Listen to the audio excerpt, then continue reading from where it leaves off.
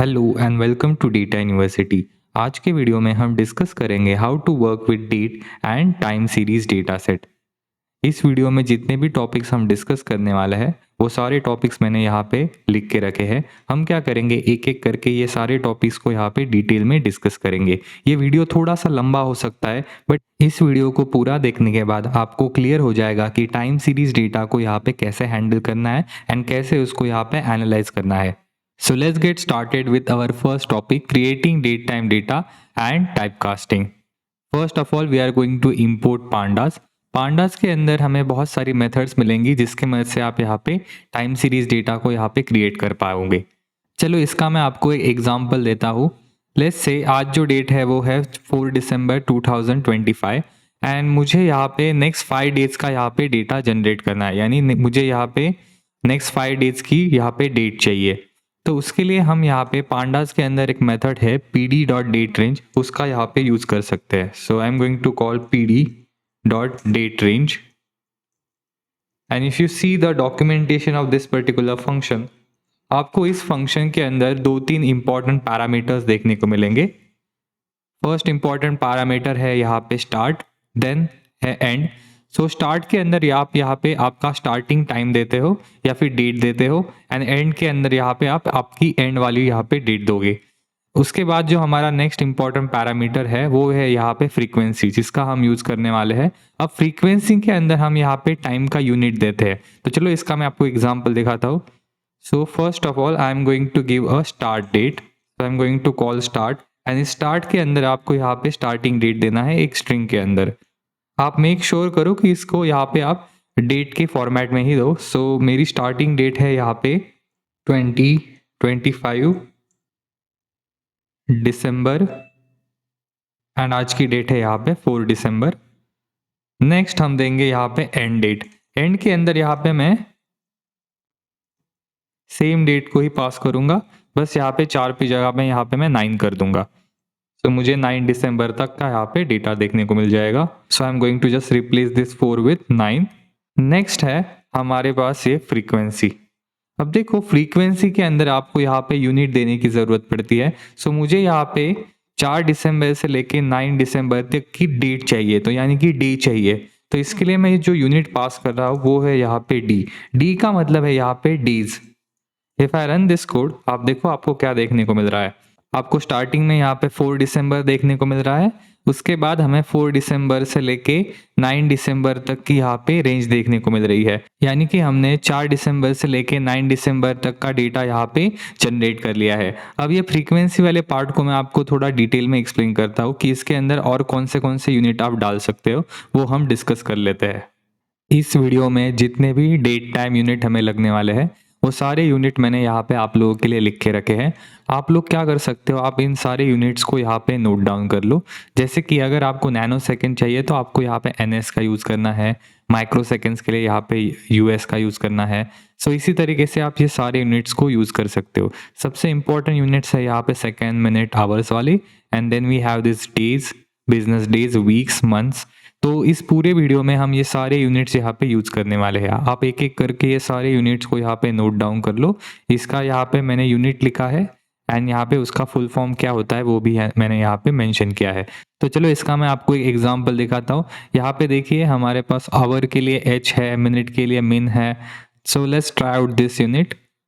तो मैं क्या करूँगा, हमारे यहाँ पे डेट रेंज वाले फंक्शन पे वापस जाऊंगा एंड यहाँ पे मैं फ्रीक्वेंसी चेंज करूंगा from days to let's say our.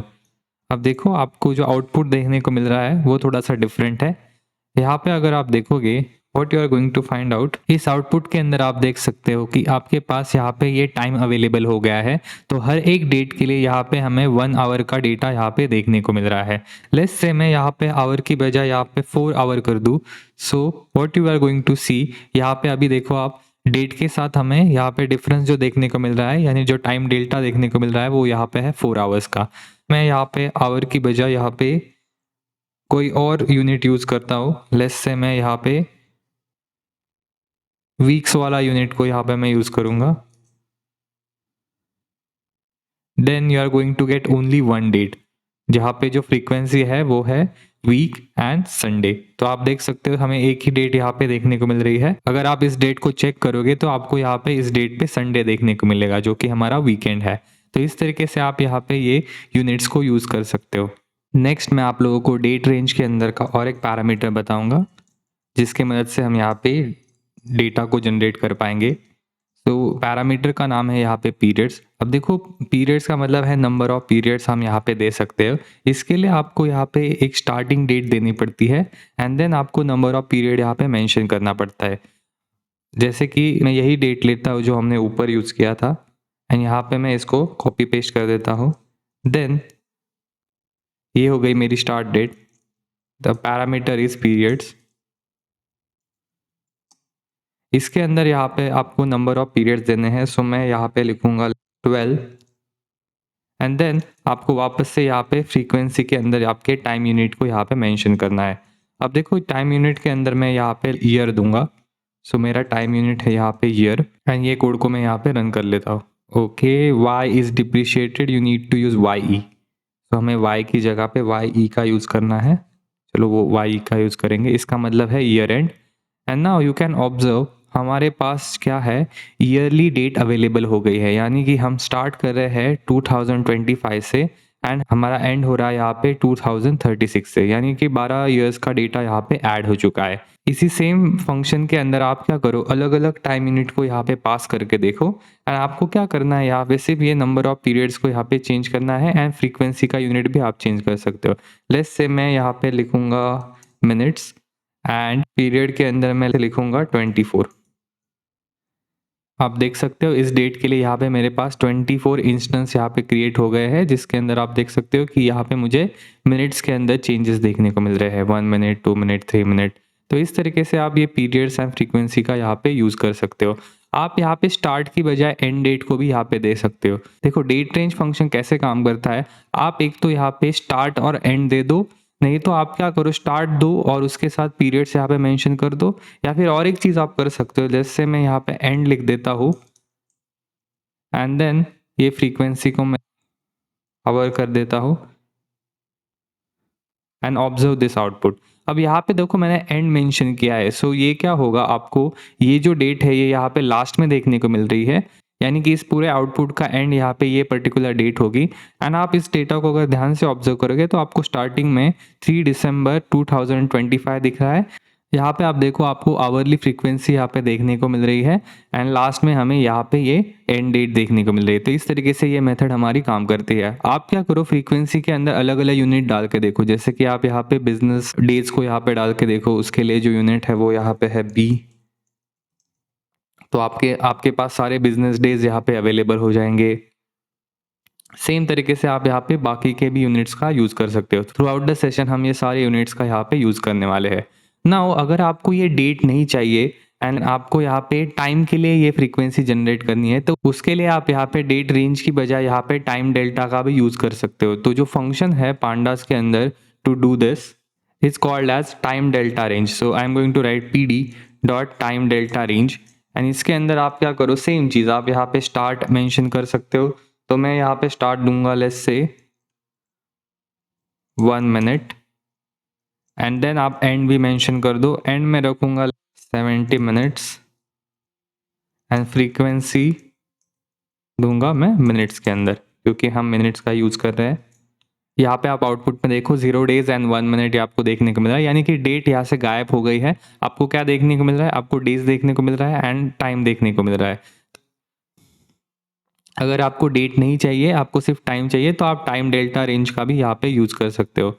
And इसके अंदर आप अलग अलग स्टार्ट और एंड यहाँ पे दे सकते हो, जैसे कि मैंने 1 मिनट का यूज़ किया। अगर आपको कुछ और फ्रीक्वेंसी चाहिए तो आप 1 आवर मेंशन कर दो। यहाँ पे भी मैं लेट्स से 70 आवर मेंशन कर देता हूँ। फ्रीक्वेंसी को भी मैं चेंज करूँगा 5 आवर्स। अब जो आपको टाइम डेल्टा देखने को मिलेगा वो आपको 5 आवर्स का देखने को मिलेगा। यहाँ पे देखो स्टार्टिंग 1 आवर से हो रही है, देन 6, देन 11, देन 16, देन 21, यानी 5 आवर्स का डिफरेंस यहाँ पे आपको देखने को मिल रहा है। एंड इसी फ्रीक्वेंसी का आप चेंज करते रहो तो आपको अलग अलग आउटपुट देखने को यहाँ पे मिल जाएगा। इसी सेम मेथड के अंदर आप यहाँ पे ये पीरियड्स का भी यूज़ कर सकते हो। उसका भी एक एग्जांपल मैं आपको दिखाता हूँ। So again I am going to write pd dot time delta range, and then I am going to mention start same as date. आपको start यहाँ पे mention कर देना है। तो start के अंदर मैं यहाँ पे लिखूंगा 100 seconds,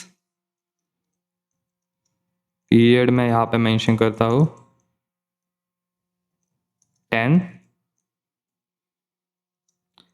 एंड फ्रीक्वेंसी यहाँ पे सेम रहेगी सेकेंड्स। आप देखो स्टार्टिंग हमें देखने को मिल रही 100 सेकेंड से, यानी 1.40 है यहाँ पे 100 सेकेंड्स होता है, एंड देन आपको यहाँ पे एक एक सेकेंड से यहाँ पे इंक्रीज देखने को मिल रहा है। एंड आप फ्रीक्वेंसी के अंदर भी थोड़े बहुत चेंजेस कर सकते हो, जैसे कि मैं यहाँ पे 2 सेकेंड लिखूंगा तो आपको 2 सेकेंड का डिफरेंस यहाँ पे देखने को मिल रहा है। तो इस तरीके से आप अगर आपको टाइम रिलेटेड डेटा जनरेट करना है तो आप ये टाइम डेल्टा रेंज का भी यूज कर सकते हो। नेक्स्ट मैं आप लोगों को ये टाइप कास्टिंग वाला कंसेप्ट भी समझाता हूँ। तो ये कंसेप्ट समझाने के लिए मैं क्या करूँगा, एक पाइथन लिस्ट लूँगा एंड उस पाइथन लिस्ट को मैं आपको यहाँ पे टाइम सीरीज में कन्वर्ट करके दिखाऊंगा।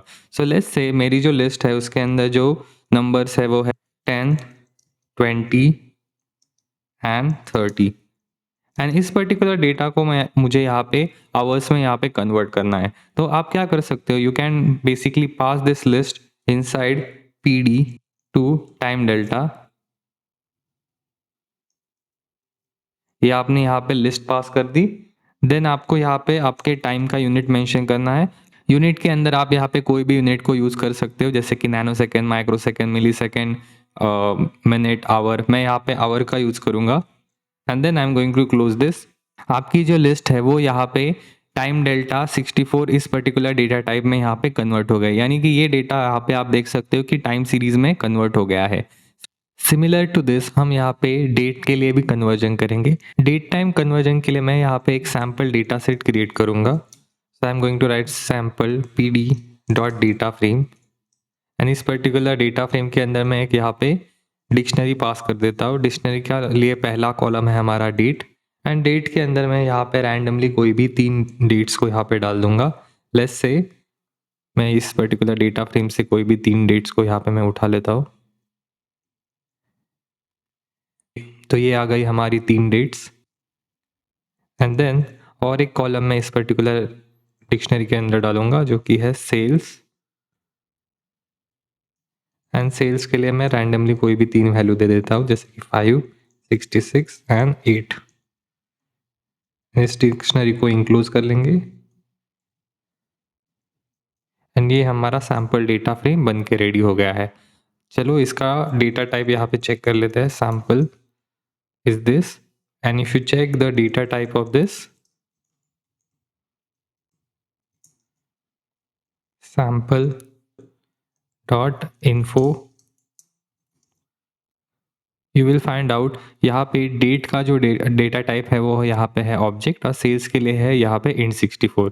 तो लेट्स से मैं यहाँ पे इस ऑब्जेक्ट को यहाँ पे डेट टाइम में कन्वर्ट करना चाहता हूँ। तो उसके लिए आप क्या करोगे, you are going to write pd dot to date time, and then you just need to pass the column that you want to convert. So मेरा कॉलम है यहाँ पे date, and that's it. If you observe closely यहाँ पे देखो ये data type यहाँ पे चेंज हो गया है, डेट टाइम 64 ns। ns का मतलब है यहाँ पे नैनो सेकेंड्स। आप अगर ऊपर भी देखोगे यहाँ पे ये ns हमें टाइम डेल्टा के लिए भी देखने को मिल रहा है। टाइम डेल्टा मतलब difference between 2 time frame. Time delta 64 and यहाँ पे जो ns का मतलब है nanosecond. Nanosecond actually आपको प्रिसीजन बताता है। If we go back to our sample info, अभी भी हमें यहाँ पे डेट के अंदर चेंजेस देखने को नहीं मिल रहे, क्योंकि हो क्या रहा है कि हमने ये चेंजेस अभी भी यहाँ पे अपडेट नहीं किए है। इफ़ आई रीरन दिस, आपको देखो अभी ऑब्जेक्ट देखने को मिल रहा है। अगर आप चाहते हो कि ये कन्वर्जन हो तो आप बस क्या करो, इस पर्टिकुलर डेट को यहाँ पे अपडेट कर दो। So what I am going to write sample date is equal to this, and then if I run this, then हमारा यहाँ पे डेटा टाइप अपडेट हो जाएगा। तो इस तरीके से आप यहाँ पे डेटा फ्रेम के लिए ये डेट टाइम कन्वर्जन कर सकते हो। इसी को हम यहाँ पे टाइप कास्टिंग भी बोलते हैं। अब देखो ये जो पर्टिकुलर डेटा टाइप्स है, टाइम डेल्टा 64, डेट टाइम 64, ये पांडास एक्सक्लूसिव है, यानी सिर्फ पांडास के अंदर ही आपको ये देखने को मिलते हैं। So this particular data time actually going to provide you lot of flexibility. इसकी मदद से आप यहाँ पे बहुत सारे टाइम सीरीज रिलेटेड ऑपरेशन को यहाँ पे परफॉर्म कर पाओगे एंड वही ऑपरेशन हम यहाँ पे थ्रू आउट द सेशन यहाँ पे देखने वाले हैं। इस डेटा टाइप का यूज़ केस और अच्छे से समझने के लिए एंड टाइम सीरीज एनालिसिस करने के लिए हम यहाँ पे और एक डेटा सेट को यहाँ पे लोड कर लेंगे। ये वही डेटा सेट है जो हम लास्ट कुछ वीडियो से यूज़ कर रहे हैं, जो कि है हमारा न्यूयॉर्क टैक्सीज वाला डेटा सेट। तो फटाफट हम यहाँ पे सीबॉर्न को कॉल करेंगे and then I am going to call df is equal to pd sns dot load data set and then I'm going to pass taxis. So यहाँ पे taxis डेटा सेट मेरा लोड हो गया है, you can check out. And यहाँ पे अगर आप देखोगे इस पर्टिकुलर डेटा फ्रेम में हमारे पास पिकअप एंड ड्रॉप ऑफ ये दो कॉलम है जिसके अंदर हमें यहाँ पे डेट एंड टाइम नज़र आ रहा है। If you want you can check its data type. So I am going to write df.info to see its data type and आप यहाँ पे क्लियरली देख सकते हो कि यहाँ पे जो डेटा टाइप है वो है date time 64 for pickup and drop off. अब हम इन्हीं कॉलम का यूज करके यहाँ पे डेट टाइम एनालिसिस करने वाले हैं। सबसे पहले हम देखेंगे इस डेट टाइम कॉलम के ऊपर हम कौन कौन से ऑपरेशन यहाँ पे परफॉर्म कर सकते हैं। तो let's see our data set once again and इस डेटा सेट के अंदर आप यहाँ पे इस पिकअप कॉलम को यहाँ पे ऑब्जर्व करो। इस कॉलम के अंदर आपको नजर आएगा यहाँ पे डेट दिया गया है एंड उसके बाद में हमें यहाँ पे टाइम भी मेंशन किया गया है। लेट्स से आपको डेट एंड टाइम यहाँ पे सेपरेट करना है या फिर मुझे इस पर्टिकुलर कॉलम में से सिर्फ यहाँ पे ईयर चाहिए या सिर्फ मंथ चाहिए एंड टाइम में से मुझे यहाँ पे सिर्फ आवर का पता करना है। अगर आप इस पर्टिकुलर कॉलम में से यहाँ पे डेट एंड टाइम को एक्सट्रैक्ट करना चाहते हो तो इसके लिए आप यहाँ पे एक dt एक्सेसर का यूज कर सकते हो। चलो मैं उसका आपको एक एग्जांपल दिखाता हूँ। So I am going to call this particular column pickup and after writing this column I am going to write dt then dot dt का मतलब है यहाँ पे डेट टाइम एंड उसके बाद आप अगर यहाँ पे टैब प्रेस करोगे you are going to see multiple component of this particular accessor. So मैं यहाँ पे पहला कंपोनेंट है year. If I write this तो आपको क्या नज़र आ रहा है, पूरे कॉलम के अंदर यहाँ पे सिर्फ आपको ईयर नज़र आ रहा है, यानी कि हमारा जो पिकअप कॉलम है उसमें से मैंने यहाँ पे इस ईयर को एक्सट्रैक्ट किया है। एंड सिमिलर टू दिस आप क्या कर सकते हो, अलग अलग यहाँ पे डेट टाइम कंपोनेंट का यूज कर सकते हो। So let's see few more components. तो dt एक्सेसर के बाद मैं यहाँ पे मंथ को एक्सट्रैक्ट करना चाहता हूँ। So I am going to call the month. तो यहाँ पे देखिए मंथ का यहाँ पे मेरे पास नंबर आ गया है 3, मतलब यहाँ पे मार्च है। अगर आप मंथ का नेम देखना चाहते हो तो I think month name is 1। अच्छा ये काम नहीं कर रहा है, यहाँ पे शायद मुझे डैश देना है, then it is going to work. And आपको यहाँ पे देखने को मिल रहा है कि ये एक ऑब्जेक्ट है। सो आप यहाँ पे पैरेंथेसिस को ऐड कर दो जिससे क्या देखने को मिलेगा, आपको मंथ नेम देखने को मिलेगा। ये एक्चुअली मेथड है, जो पहले हमने कॉल किया था वो एट्रीब्यूट है। तो इस तरीके से आप यहाँ पे ईयर मंथ को यहाँ पे एक्सट्रैक्ट कर सकते हो। और भी कंपोनेंट्स में इसके आपको दिखाता हूँ। सो आपको क्या करना है, यहाँ पे ये जो पोर्शन है ये तो सेम रहेगा, आप बस यहाँ पे लास्ट का कंपोनेंट यहाँ पे चेंज करते रहो। सो नेक्स्ट है हमारा डी। तो आपने यहाँ पे उस पर्टिकुलर कॉलम के अंदर से यहाँ पे डी को एक्सट्रैक्ट किया। ये सारे यहाँ पे आपके डेट रिलेटेड कंपोनेंट हो गए। अब हम टाइम रिलेटेड कुछ कंपोनेंट्स को देख लेते हैं। तो सबसे पहले मैं यहाँ पे आवर को एक्सट्रैक्ट करूंगा। So I am going to write hour. यहाँ पे आप देखो उस पर्टिकुलर कॉलम में से यहाँ पे आवर को हमने एक्सट्रैक्ट कर लिया है। आप यहाँ पे डेटा फ्रेम को भी साइड बाय साइड लोड करके रखो तो आप यहाँ पे क्रॉस चेक भी कर पाओगे। जैसे कि आप देख सकते हो कि इस पर्टिकुलर पहले रो के अंदर जो आवर था वो है 20, दूसरे के लिए यहाँ पे है 16 एंड वही आवर आपको यहाँ पे देखने को मिल रहा है। सो ये हमारा सही से काम कर रहा है। फटाफट से हम मिनट एंड सेकेंड्स पे आपको मैं दिखा देता हूँ। तो मिनट्स के लिए है मिनट, ये आ गए आपके मिनट एंड सेकेंड के लिए भी सेम ही रहेगा। So you can right seconds and आपके सेकेंड भी आ जाएगी। इस पर्टिकुलर dt एक्सेसर के अंदर आपको बहुत सारे कंपोनेंट देखने को मिल जाएंगे। मैंने आपको सिर्फ इंपॉर्टेंट वाले ही बताए। इसके अलावा मैं आपको और कुछ इंपॉर्टेंट कंपोनेंट बता देता हूँ, जैसे कि आप यहाँ पे डे ऑफ अ वीक का भी यूज कर सकते हो, जो कि मुझे बहुत यूजफुल लगता है। To get day of a week, यहाँ पे देखो डे ऑफ अ वीक आपके पास आ गया। Then you can write day name. अगर आपको डी नेम जानना है, जैसे कि हमने यहाँ पे मंथ नेम का यूज किया था, सिमिलर टू दैट आप यहाँ पे डी नेम का भी यूज कर सकते हो।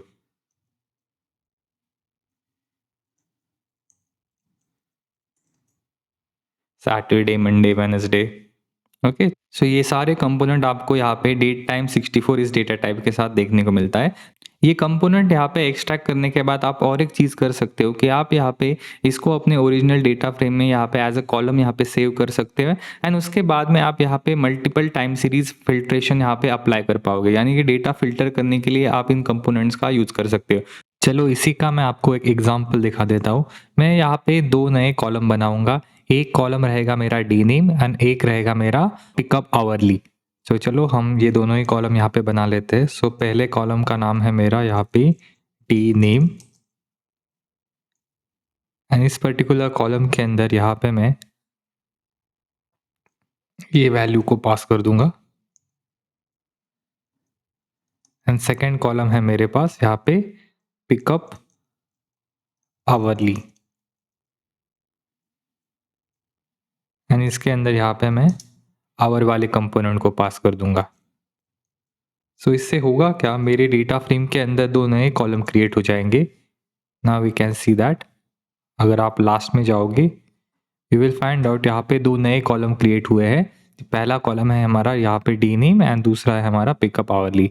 अब देखो इस पर्टिकुलर इंफॉर्मेशन की मदद से आप यहाँ पे डेटा को फिल्टर कर पाओगे। जैसे कि इस पर्टिकुलर कॉलम की मदद से मैं यहाँ पे सिर्फ संडे के लिए यहाँ पे डेटा को फिल्टर करूँगा, या फिर आप कोई भी अदर डे को भी सिलेक्ट कर सकते हैं। एंड मैं चाहता हूँ कि मेरे पास वही डेटा आए जहाँ पे जो डे था वो है Sunday.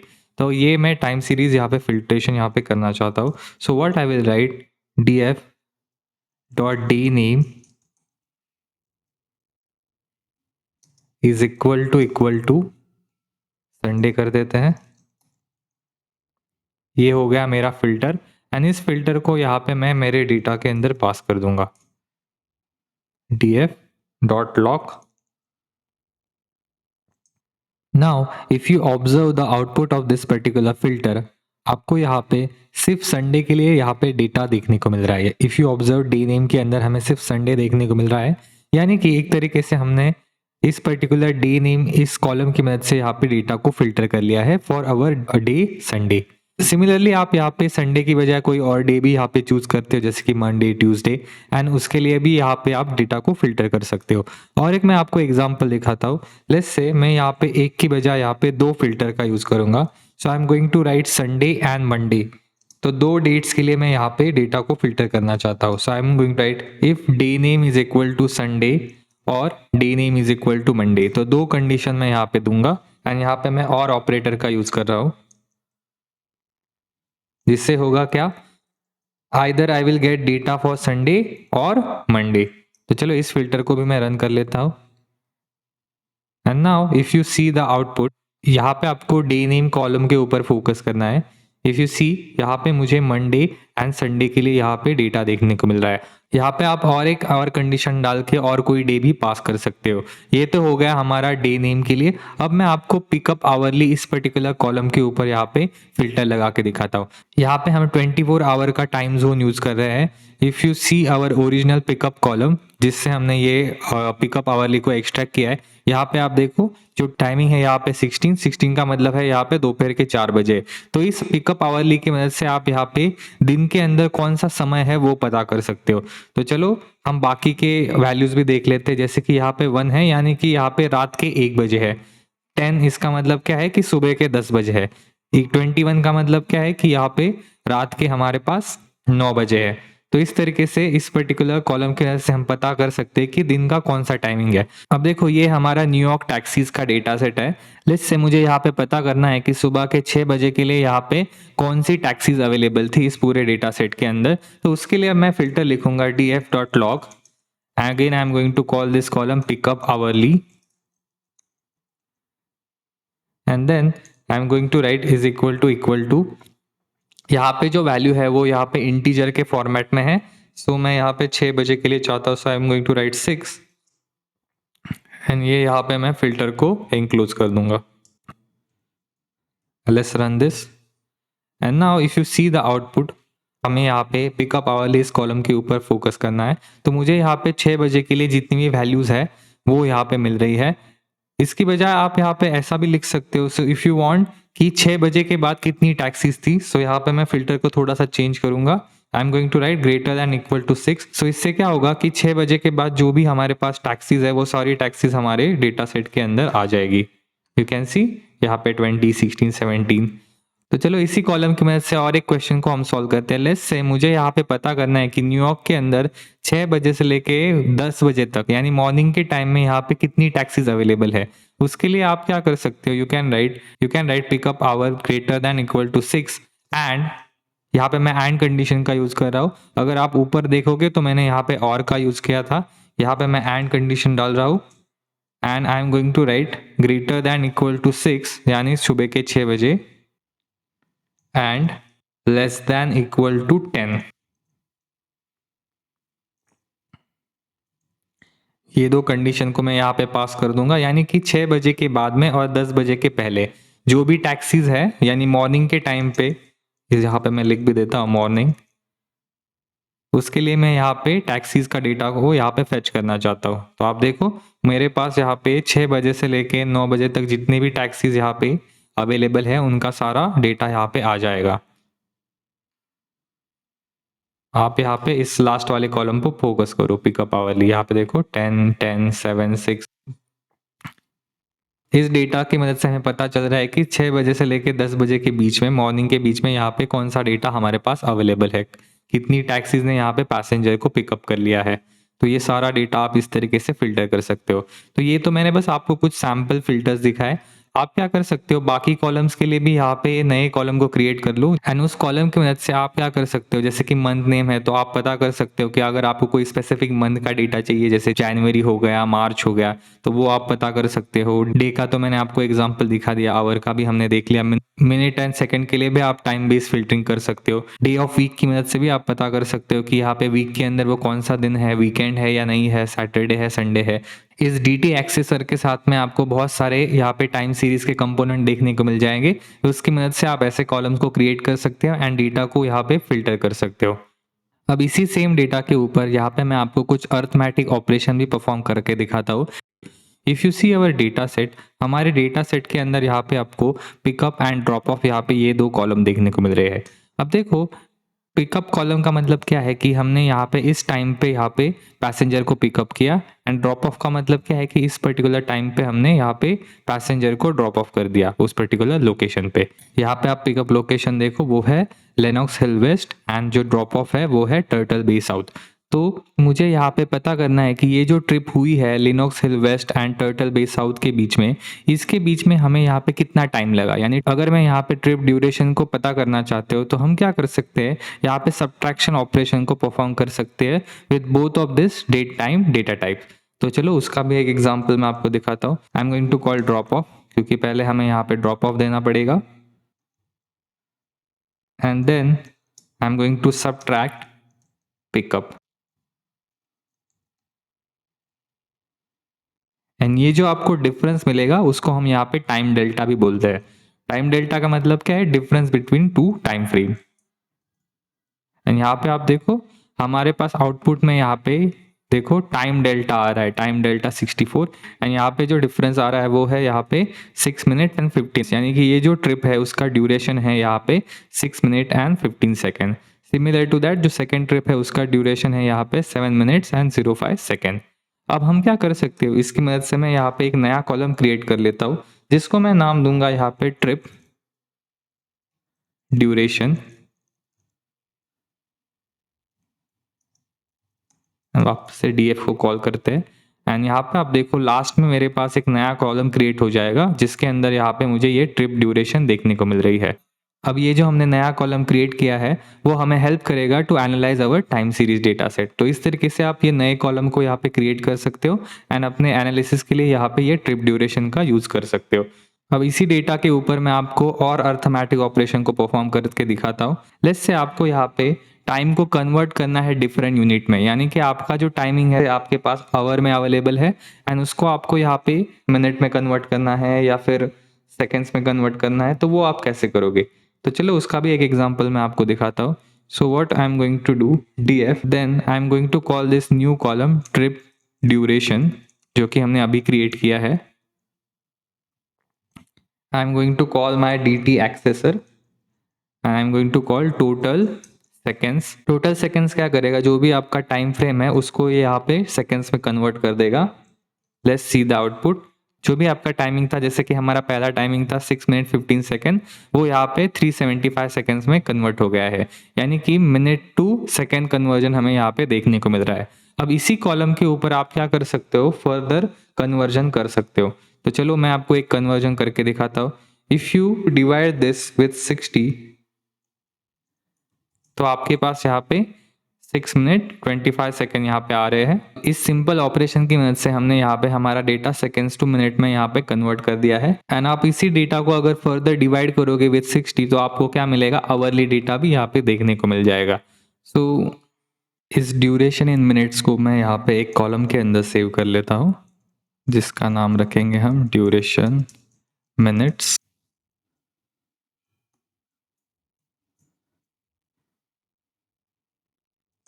And now you can see यहाँ पे हमारे पास एक नया कॉलम बन के रेडी हो गया है, ड्यूरेशन इन मिनट्स. तो ये जो आपको यहाँ पे ये ड्यूरेशन देखने को मिल रही है, वही हमें यहाँ पे ड्यूरेशन इन मिनट्स करके देखने को मिल रही है. अब इसी कॉलम की मदद से मैं यहाँ पे एक कॉलम क्रिएट करूँगा, जिसका नाम मैं रखूँगा ड्यूरेशन इन आवर्स. इसके अंदर मैं क्या करूँगा, यहाँ पे जो हमारा पहला कॉलम है ड्यूरेशन इन मिनट्स, इसको मैं यहाँ पे फर्दर डिवाइड करूँगा with respect to 60 and let's see the output. अच्छा, यहाँ पे ब्रैकेट रह गया है. If I rerun this, last में आप ऑब्जर्व करो, यहाँ पे एक नया कॉलम बन गया है. ड्यूरेशन का स्पेलिंग यहाँ पे गलत हो गया है, ड्यूरेशन हो गया है, कोई बात नहीं. एंड इस कॉलम के अंदर आप देखोगे, ड्यूरेशन कर देते हैं इसको, ड्यूरेशन.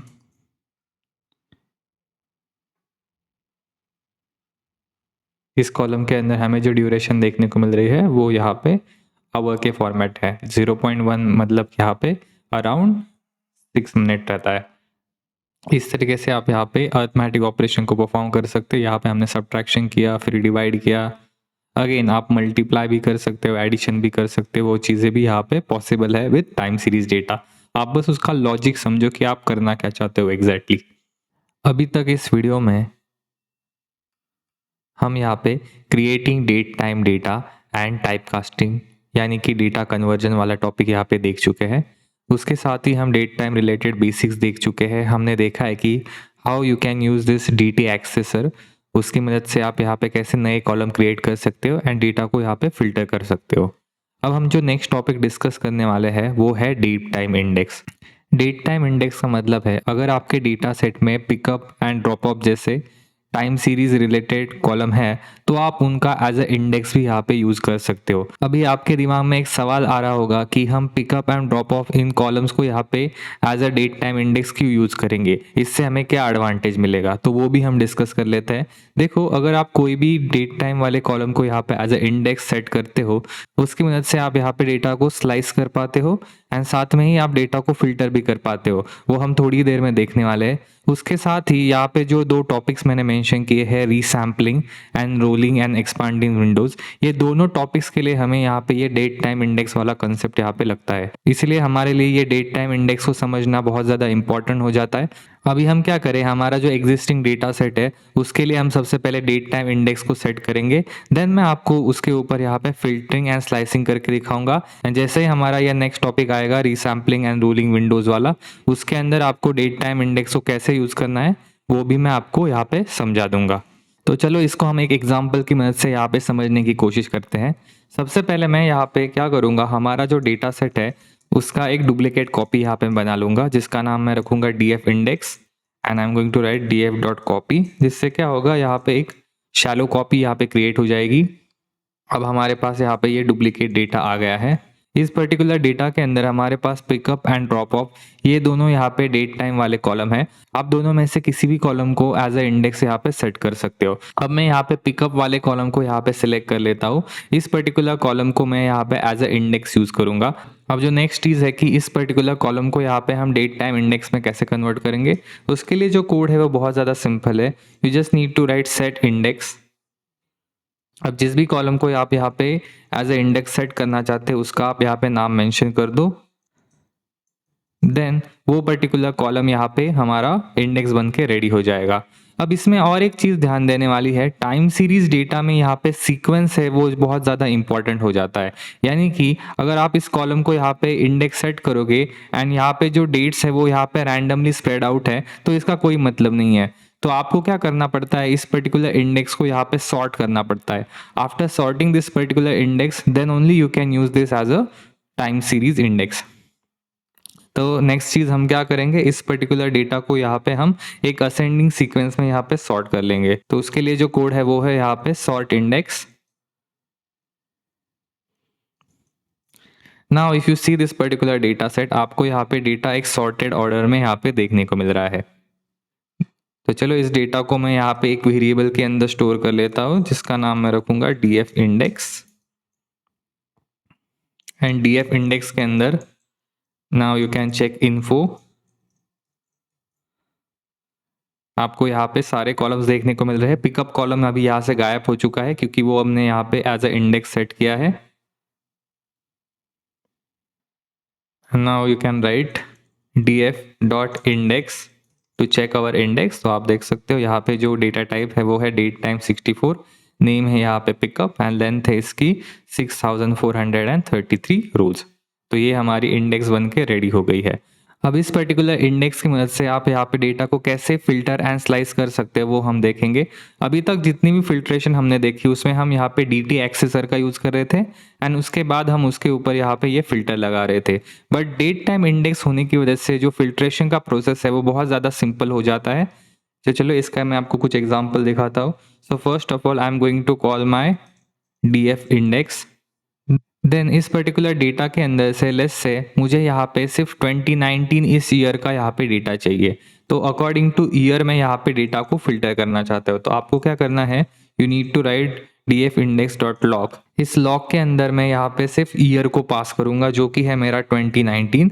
मेक श्योर करें कि आप इसको एज अ स्ट्रिंग पास करें and then I am going to include this. So जिससे होगा क्या, मेरे पास यहाँ पे 2019 का ही डेटा आएगा। अब इस पर्टिकुलर डेटा फ्रेम में यहाँ पे सिर्फ 2019 का ही डेटा सेट है तो हम बाकी ईयर के लिए यहाँ पे फिल्टर नहीं कर पाएंगे।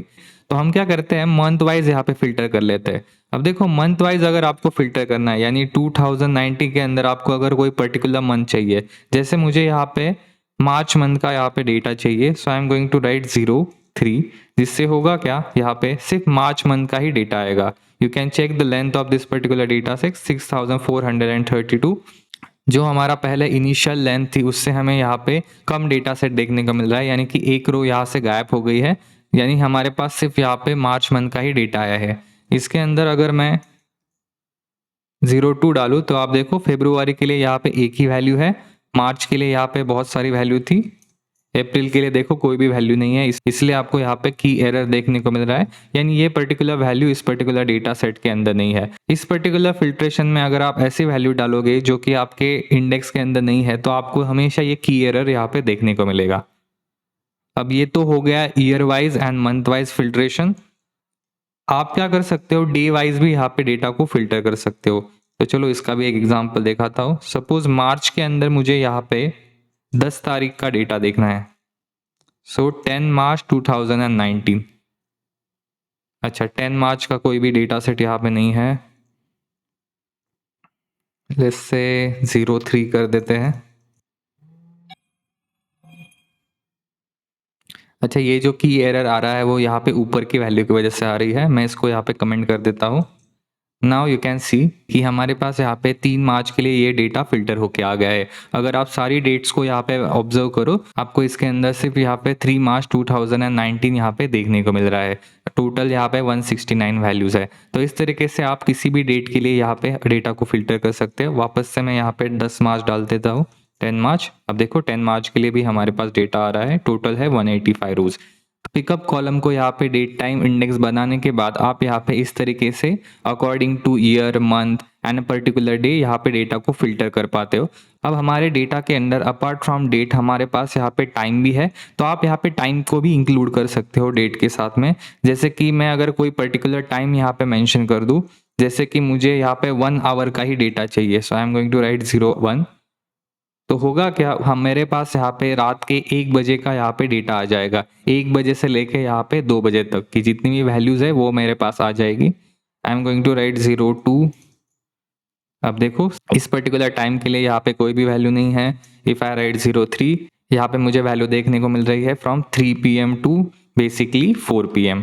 यानी कि इस फिल्टर को आप टाइम के लिए भी यूज़ कर सकते हो। अगर आप कोई स्पेसिफिक टाइम मेंशन कर दो यहाँ पे मिनट एंड आवर के लिए, वो भी यहाँ पे काम करेगा। जैसे कि मैं ये टाइमिंग मेंशन कर देता हूँ तो आपके पास सिर्फ वही डेटा आएगा। नेक्स्ट मैं आपको इसी इंडेक्स की मदद से यहाँ पे स्लाइसिंग ऑपरेशन को परफॉर्म करके दिखाता हूँ। So I am going to write df.index। अब यहाँ पे हमें 2 डेट्स की ज़रूरत पड़ेगी, यानी आपको यहाँ पे starting date and end date यहाँ पे मेंशन करना पड़ेगा। सो लेट्स से मैं यहाँ पे डेटा देखना चाहता हूँ फ्रॉम 10 मार्च 2019 टू 15 मार्च 2019। तो इस बीच जितनी भी टैक्सी राइड्स हुई है उनका मैं यहाँ पे डेटा देखना चाहता हूँ। सो पहली डेट आ गई मेरी 10 मार्च एंड दूसरी डेट आ गई मेरी यहाँ पे 15 मार्च। इंडेक्स होने की वजह से आप यहाँ पे डेटा को स्लाइस कर पा रहे हो, तो यही एडवांटेज हमें डेट टाइम इंडेक्स के साथ देखने को मिलता है। And if you see the output, हमें स्टार्टिंग डेट यहाँ पे देखने को मिल रही है 10 मार्च 2019 एंड उसके बाद हमें लास्ट डेट देखने को मिल रही है वो है 15 मार्च 2019। इन दोनों डेट्स के बीच में जितना भी डेटा यहाँ पे अवेलेबल है, टोटल अराउंड 1300 रोज का डेटा हमारे पास आ गया है। तो इस तरीके से आप यहाँ पे ये डेट बेस इंडेक्स का यूज कर सकते हो। चलो मैं कोई और डेट दे के देखता हूँ। लेट्स से मैं यहाँ पे 11 कर देता हूँ एंड ये वैल्यू को मैं 30 कर देता हूँ। एंड यहाँ पे देखो अब हमारे पास नंबर ऑफ रो ज़्यादा आ रही है, अराउंड 4139। इसके साथ आप टाइम को भी ऐड कर सकते हो। मैं यहाँ पे 2 टाइम ले लेता हूँ रैंडमली। पहला वाला टाइम ले लेता हूँ, इसको मैंने यहाँ पे ऐड किया एंड उसके बाद यहाँ पे ये वाला टाइम मैं ले लेता हूँ। अब दोनों टाइम को मैंने इस पर्टिकुलर रेंज के अंदर ऐड कर दिया है। तो आपको क्या मिल रहा है, according to date and time यहाँ पे हमें डेटा की स्लाइसिंग होते हुए देखने को मिल रहा है। इन दोनों डेट टाइम के बीच में जितनी भी वैल्यूज़ है वही सारी वैल्यूज़ हमें यहाँ पे देखने को मिल रही है। तो ये स्लाइसिंग आप यहाँ पे डेट एंड टाइम दोनों के ऊपर यहाँ पे परफॉर्म कर सकते हो। अगर आप चाहो तो एक सेम डे के ऊपर भी मैं ये स्लाइसिंग आपको परफॉर्म करके दिखाता हूँ। लेट्स से मैं यहाँ पे सेम डेट ले लेता हूँ एंड यही टाइमिंग रखता हूँ। आउटपुट में आप देखो सेम डेट के ऊपर अकॉर्डिंग टू टाइम यहाँ पे डेटा मुझे स्लाइस होके मिल रहा है। सो यहाँ पे स्टार्टिंग टाइमिंग था हमारा ये 5 मिनट 38, यानी कि रात के लगभग 12 बजे का ये टाइमिंग है। एंड जो हमारा एंड डेट है वो है अराउंड 2.40। सो अराउंड यहाँ पे 3 घंटे का समय है। तो उसके बीच में जितनी भी वैल्यूज है वो सारी वैल्यू हमें यहाँ पे देखने को मिल रही है। अगर आप अपने स्लाइसिंग ऑपरेशन में यहाँ पे सिर्फ टाइम बेस्ड स्लाइसिंग करना चाहते हो ना, आपको यहाँ पे डेट नहीं चाहिए, जैसे हमने ऊपर किया था कि ऊपर हमने क्या फाइंड आउट किया था कि 6 AM से लेके 10 AM के बीच में जितनी भी टैक्सीज यहाँ पे पिकअप करती है वो सारी वैल्यू को हमने यहाँ पे फिल्टर किया था। अब यही सेम फिल्टर मैं यहाँ पे आपको लगा के दिखाता हूँ, टाइम बेस्ड फिल्टर। तो उसके लिए जो फंक्शन मैं यूज करूंगा उसका नाम है यहाँ पे between time. So I am going to write df.index। देन यहाँ पे मैं इस फंक्शन को कॉल करूंगा बिटवीन टाइम। अब बिटवीन टाइम के अंदर आपको यहाँ पे टाइमिंग मेंशन करना पड़ता है। इसके अंदर हम वही फॉर्मेट यूज करते हैं, आवर मिनट एंड सेकेंड वाला फॉर्मेट। यही फॉर्मेट हम थ्रू आउट द वीडियो यहाँ पे यूज करें। इस फॉर्मेट को मैं यहाँ पे लिख भी लेता हूँ कमेंट करके, आवर मिनट एंड सेकेंड्स। तो मैं यहाँ पे पहले आवर दे देता हूँ। सो मुझे चाहिए 06 AM से लेके 10 AM तक का डेटा। यही फिल्टर हमने ऊपर लगाया था।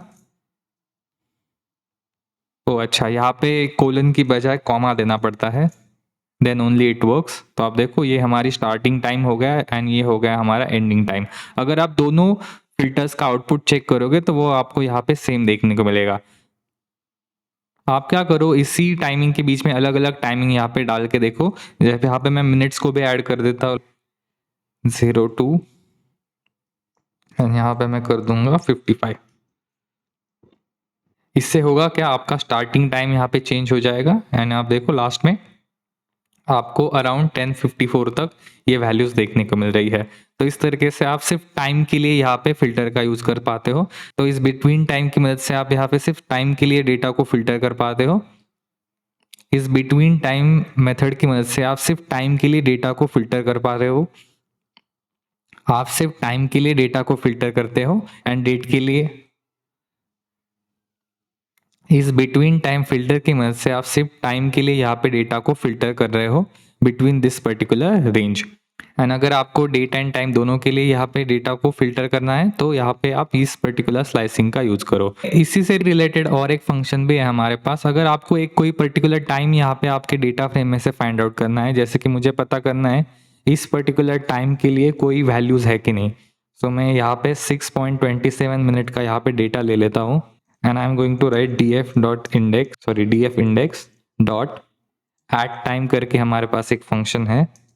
इस फंक्शन के अंदर आप क्या करते हो, एक पर्टिकुलर टाइम यहाँ पे मेंशन करते हो with this our minute format and इस पर्टिकुलर टाइम के लिए जो भी रोज आपके पास अवेलेबल है पूरे डेटा फ्रेम के अंदर वो यहाँ पे आ जाएगी। तो यहाँ पे देखो मेरे पास एक ही रो अवेलेबल है, वो यहाँ पे मुझे इस एट टाइम फंक्शन की मदद से यहाँ पे देखने को मिल रहा है। सो टाइम बेस्ड फिल्टरिंग के लिए आप यहाँ पे ये दोनों ही फंक्शन का यहाँ पे यूज कर सकते हो। अब हम चलते हैं इस वीडियो की नेक्स्ट टॉपिक की तरफ, जिसका नाम है यहाँ पे टाइम जोन हैंडलिंग। आप जब भी यहाँ पे टाइम सीरीज एनालिसिस करते हो उसमें यहाँ पे आपका जो डेटा सेट है वो यहाँ पे किस लोकेशन से आ रहा है एंड वो यहाँ पे कौन से टाइम जोन के अंदर है, ये दोनों ही चीज़ें बहुत ज़्यादा इंपॉर्टेंट हो जाती है। इसको और अच्छे से समझाने के लिए मैं आपको यहाँ पे एक ग्लोबल मैप दिखाता हूँ। ये हमारे पूरा वर्ल्ड का मैप है। अब इस पर्टिकुलर मैप के अंदर अलग अलग टाइम जोन यहाँ पे मेंशन है। If you hover around this particular map आपको क्या देखने को मिल रहा है, अलग अलग टाइम जोन यहाँ पे देखने को मिल रहा है। इफ़ आई हवर अराउंड इंडिया, आप देखो यहाँ पे मुझे +5:30 यहाँ पे देखने को मिल रहा है, +5:30 UTC। UTC का मतलब है यहाँ पे यूनिवर्सली कोऑर्डिनेटेड टाइम, यानी कि ये हमारा ग्लोबल टाइम आप इसको कह सकते हो, जो कि यहाँ पे सारी कंट्रीज फॉलो कर रहे हैं। इंडिया इस ग्लोबल टाइमिंग से यहाँ पे +5:30 है। एंड अभी जो हम डेटा सेट एनालाइज कर रहे हैं वो यहाँ पे न्यूयॉर्क का डेटा सेट है। If I zoom in a little bit, यहाँ पे अमेरिका के ऊपर मैं अगर जूम इन करूँ आपको यहाँ पे न्यूयॉर्क दिखाई दे रहा होगा। यहाँ पे देखो New York and Washington DC, and इसका जो टाइम जोन है वो यहाँ पे -5.0 है, यानी कि ये यहाँ पे ग्लोबल टाइम से 5 घंटे पीछे चल रहा है। अब देखो ये दोनों ही टाइम जोन को हैंडल करना क्यों इंपॉर्टेंट हो जाता है, मैं आपको समझाता हूँ। जैसे कि अभी जो हम डेटा सेट देख रहे हैं न्यूयॉर्क टैक्सीज का, वो यहाँ पे मैं इंडिया में बैठ के देख रहा हूँ। एंड लेट्स से कि मुझे यहाँ पे ये जो टैक्सीज डेटा सेट है उसको इंडियन टाइमिंग के अंदर यहाँ पे एनालाइज करना है। तो इस पर्टिकुलर सिनारियो में मुझे यहाँ पे टाइम जोन कन्वर्जन करने की जरूरत पड़ सकती है। इसका आपको मैं और एक एग्जाम्पल दिखाता हूँ। लेट्स से मैं न्यूयॉर्क स्टॉक मार्केट को यहाँ पे इंडिया में बैठ के एनालाइज करना चाहता हूँ इंडियन टाइमिंग के अंदर। तो ये जो टाइमिंग रहेगा न्यूयॉर्क का वो तो बहुत ज़्यादा अलग है कंपेयर टू इंडियन टाइमिंग। तो यहाँ पे मुझे क्या करना पड़ेगा, इसी पर्टिकुलर टाइम जोन में मुझे यहाँ पे कन्वर्जन करने की ज़रूरत पड़ सकती है। इसलिए टाइम सीरीज में आपका डेटा सेट कौन से लोकेशन से आ रहा है एंड उसका टाइम जोन कौन सा है, ये बहुत ज़्यादा इंपॉर्टेंट हो जाती है। स्पेशली अगर आप थोड़ा यूरोपियन एंड अमेरिकन कंट्रीज़ की तरफ जाओ, यहाँ पे क्या होता है थोड़ा सा टाइम भी यहाँ पे चेंज होता रहता है। अगर आपको स्प्रिंग एंड फॉल वाला कंसेप्ट पता हो तो वो यहाँ पे टाइमिंग को थोड़ा बहुत चेंज करते रहते हैं, तो इनके जो टाइम जोन है वो बहुत ज़्यादा अलग अलग हो जाते हैं। तो अगर आप कोई फॉरेन क्लाइंट के साथ काम कर रहे हो तो आपको ये सारी चीज़ों को कंसिडर करना पड़ता है, तभी आप अपने टाइम सीरीज डेटा को एक बेटर तरीके से हैंडल कर पाओगे। पांडास के अंदर हमारे पास यहाँ पे 2 तरीके के टाइम जोन रहते हैं। पहला है हमारा time zone aware data set and दूसरा है हमारा time zone naive data set. अब इन दोनों का मैं आपको मतलब समझाता हूँ। Time zone aware data set में क्या होता है, आपका जो भी डेटा सेट है उसके लिए हमारे पास यहाँ पे टाइम जोन मेंशन रहता है एंड टाइम जोन नाइव के अंदर हमारे पास कोई भी टाइम जोन यहाँ पे मेंशन नहीं रहता है। सो time zone is not mention in this time zone naive data set. तो हमारा जो न्यूयॉर्क टैक्सीज वाला डेटा सेट है उसके लिए हम चेक कर लेते हैं कि वो time zone aware data set है या फिर नाइव डेटा सेट है। तो चलो हम वापस से हमारे डेटा सेट के ऊपर जाते हैं and now let's add few more cells, DF index. अब टाइम जोन को चेक करने के लिए हम यहाँ पे लिखेंगे DF इंडेक्स डॉट इंडेक्स, जिससे मेरे पास इंडेक्स आ जाएगी and then I am going to write TZ का मतलब है यहाँ पे टाइम जोन। मेरे पास यहाँ पे कुछ भी आउटपुट नहीं आ रहा। एक्चुअली जो आउटपुट है वो यहाँ पे नन है। इफ आई प्रिंट दिस तो आपको क्या देखने को मिलेगा, नन देखने को मिलेगा, यानी कि जिस भी डेटा के ऊपर हम काम कर रहे हैं वो यहाँ पे हमारा नाइव टाइम जोन है। अब इस पर्टिकुलर डेटा के अंदर टाइम जोन को इंसर्ट करने के लिए हम पांडास के अंदर की एक मेथड का यूज़ करेंगे जिसका नाम है यहाँ पे TZ लोकलाइज। उस मेथड का मैं आपको डॉक्यूमेंटेशन यहाँ पे दिखाना चाहता हूँ। If you read this documentation, आपको यहाँ पे पहले ही लाइन में नज़र आएगा, लोकलाइज टीजेड नाइव इंडेक्स और सीरीज और data frame to target time zone. तो हमारा जो डेटा सेट है वो यहाँ पे टीजेड नाइव कैटेगरी में आता है, क्योंकि इस डेटा के लिए हमारे पास कोई भी टाइम जोन मेंशन नहीं है। तो हम क्या कर सकते हैं, इस पर्टिकुलर डेटा के अंदर कोई भी टाइम जोन को यहाँ पे ऐड कर सकते हैं। तो उसके लिए हम यहाँ पे ये टीजेड लोकलाइज मेथड का यूज़ करेंगे एंड उसके अंदर हम यहाँ पे टाइम जोन को मेंशन कर देंगे। तो चलो इसका एक एग्जाम्पल मैं दिखाता हूँ आपको। So I am going to call this index df index once again, and then I'm going to call index of that particular data set। ये आ गई हमारी इंडेक्स। इसका डेटा टाइप आप देखो, अभी डेटा टाइप है date time 64ns। After adding time zone यहाँ पे आपको टाइम जोन भी मेंशन मिलेगा इस पर्टिकुलर डेटा टाइप के साथ में। तो चलो let's write tz localize this method, tz localize, and then you need to mention a time zone। तो टाइम जोन के लिए मैं यहाँ पे UTC को सिलेक्ट करूँगा। UTC का मतलब है यूनिवर्सल कोऑर्डिनेटेड टाइम, जो कि एक ग्लोबल टाइम, इसको आप समझो। एंड उसको मैं यहाँ पे पास कर दूंगा and let's run this. And after running this आपको देखो इंडेक्स में थोड़े बहुत चेंजेस नज़र आ रहे हैं। इफ़ यू सी, ये जो डेट एंड टाइम है वहाँ तक तो कोई भी चेंजेस नहीं हुआ है, बट उसके बाद यहाँ पे ये +00 यहाँ पे ऐड हो गया है। अब ये जो +00 क्यों ऐड हुआ है, क्योंकि हमने यहाँ पे ग्लोबल टाइम जोन को यहाँ पे मेंशन किया है। And if you see the data type, यहाँ पे भी आपको चेंजेस देखने को मिल रहे हैं। अभी हमें NS के साथ में यहाँ पे UTC भी देखने को मिल रहा है। तो इस तरीके से आप कोई भी टाइम जोन को यहाँ पे ऐड कर सकते हो एंड इस डेटा को यहाँ पे time zone aware data set बना सकते हो। तो हमारा जो डेटा सेट है वो यहाँ पे अमेरिका एंड न्यूयॉर्क के लिए है, तो मैं न्यूयॉर्क का टाइम जोन यहाँ पे यूज़ करना चाहूँगा। अब देखो बहुत सारे टाइम जोन है पूरे दुनिया के अंदर, तो आपको सारे टाइम जोन पता हो ऐसा ज़रूरी नहीं है। तो उसके लिए आप यहाँ पे पाइथन के अंदर की एक लाइब्रेरी का यूज़ कर सकते हो to check the time zone, क्योंकि आपको ये सारे टाइम जोन वैसे भी याद नहीं रहेंगे।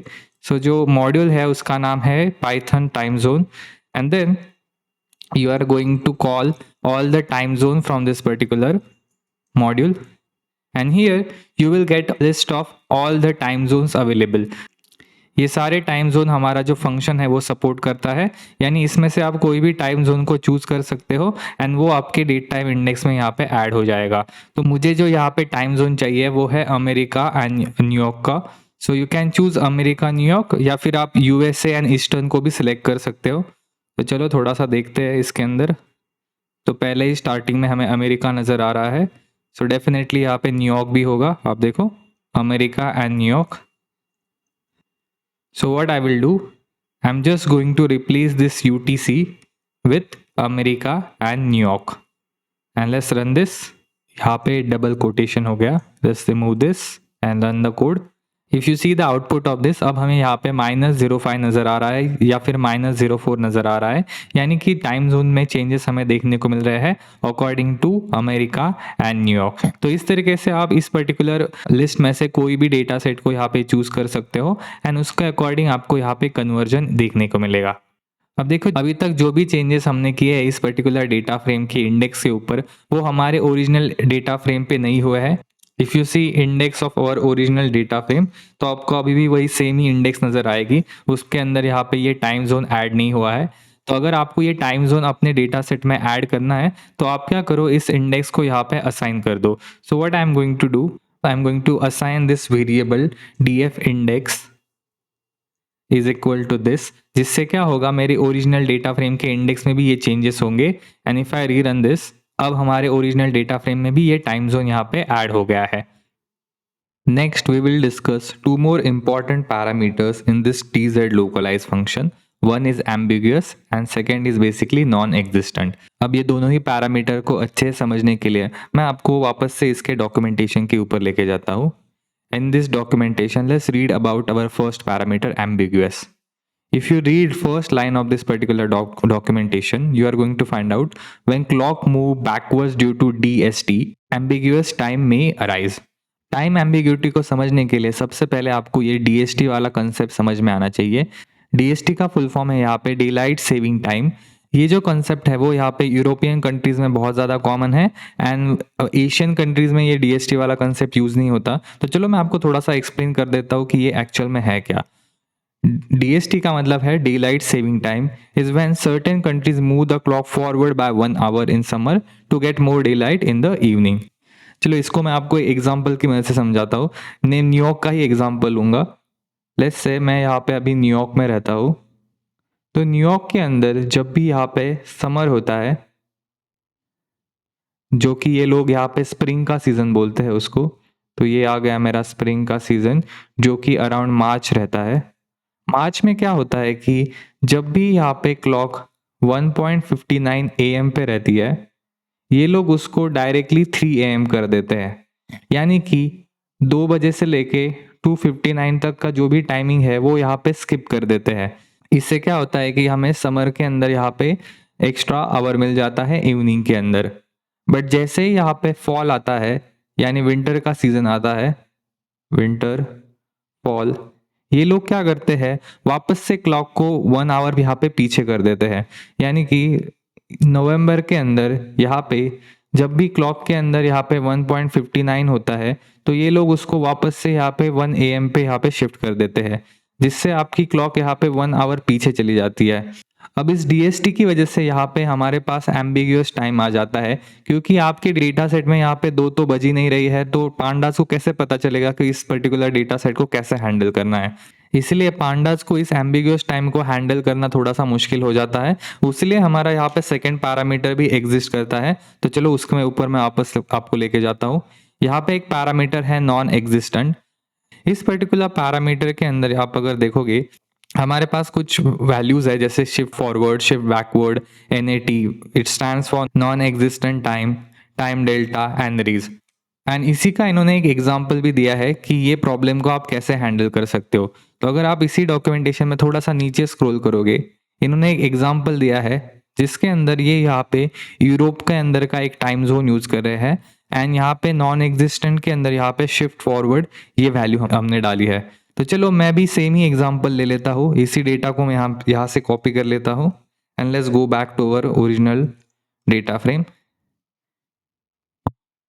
So let's copy the code here in this new cell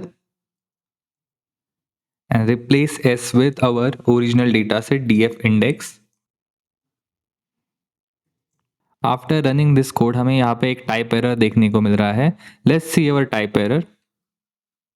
Already a TZ aware dataset, use TZ convert to convert. यानी कि ये हमें कह रहा है कि आपका जो डेटा सेट है वो ऑलरेडी एक टाइम अवेयर डेटा सेट है, आप वापस से उसको टाइम अवेयर नहीं करवा सकते किसी और जोन के साथ में।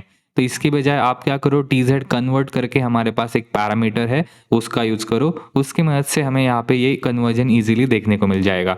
तो मैं क्या करूँगा, वापस से इस डेटा सेट को यहाँ पे एक नाइव डेटा सेट में कन्वर्ट करूँगा, यानी कि ये जो टाइम जोन है मैं यहाँ से हटा दूंगा, एंड देन हम यहाँ पे नया टाइम जोन जो कि है यूरोप वॉर्सोवा, उसको हम ऐड करेंगे। उसके लिए मैं यहाँ पे ये TZ लोकलाइज को TZ कन्वर्ट में यहाँ पे कन्वर्ट कर देता हूँ, जिससे क्या हो जाएगा, हमारे पास नया टाइम जोन में यहाँ पे दे पाऊंगा। एंड कोई भी टाइम जोन नहीं चाहिए, इसलिए मैं यहाँ पे नन वैल्यू को डाल दूंगा।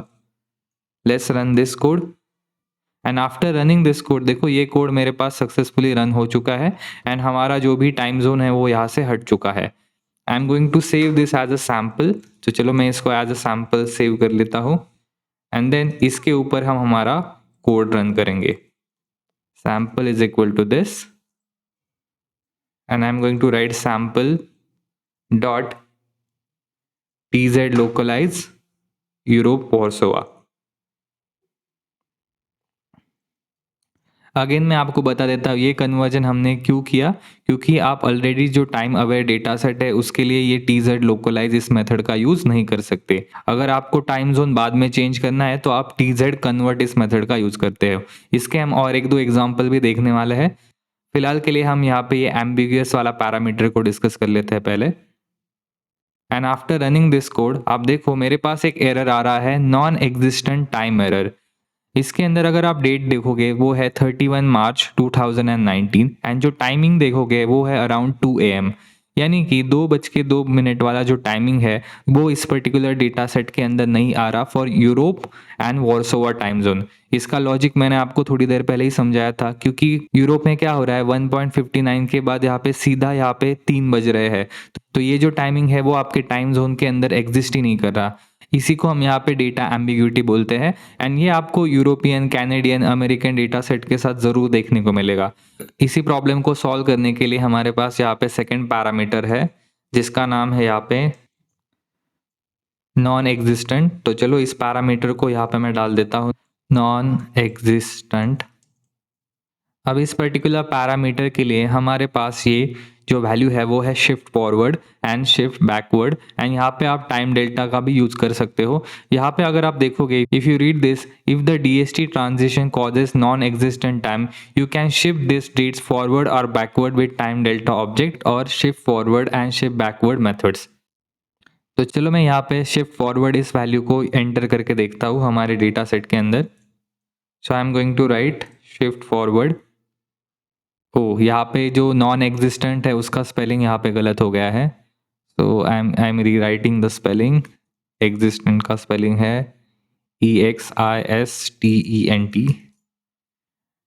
एंड देखो आपका कोड यहाँ पे सक्सेसफुली रन, जो हमारा इशू था 2 AM के टाइमिंग के लिए वो यहाँ पे सॉल्व हो गया है। सो जो डेट थी 31 मार्च 2019, उसके अंदर जो टाइमिंग आपने देखा था 2 AM वाला, वो यहाँ पे फॉरवर्ड शिफ्ट हो गया है। हम यहाँ पे उस पर्टिकुलर डेट को भी फेच कर सकते हो। So I am going to write 2019-03 and 31। Loc का यहाँ पे यूज करना है, सो डॉट लॉक।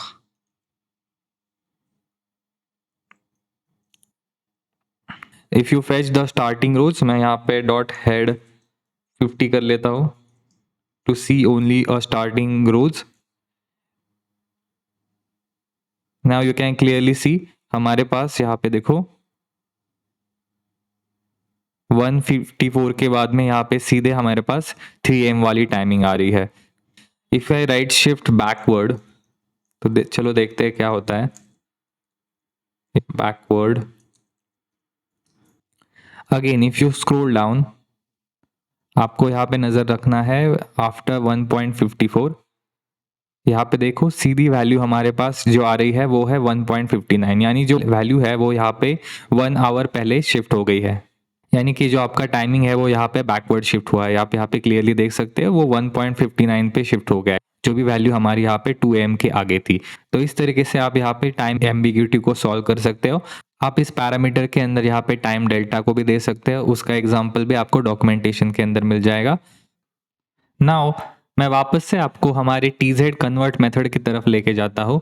इस मेथड को डिटेल में एक्सप्लेन करने के लिए मैं यहाँ पे आपको इसके कुछ और एग्जाम्पल देता हूँ।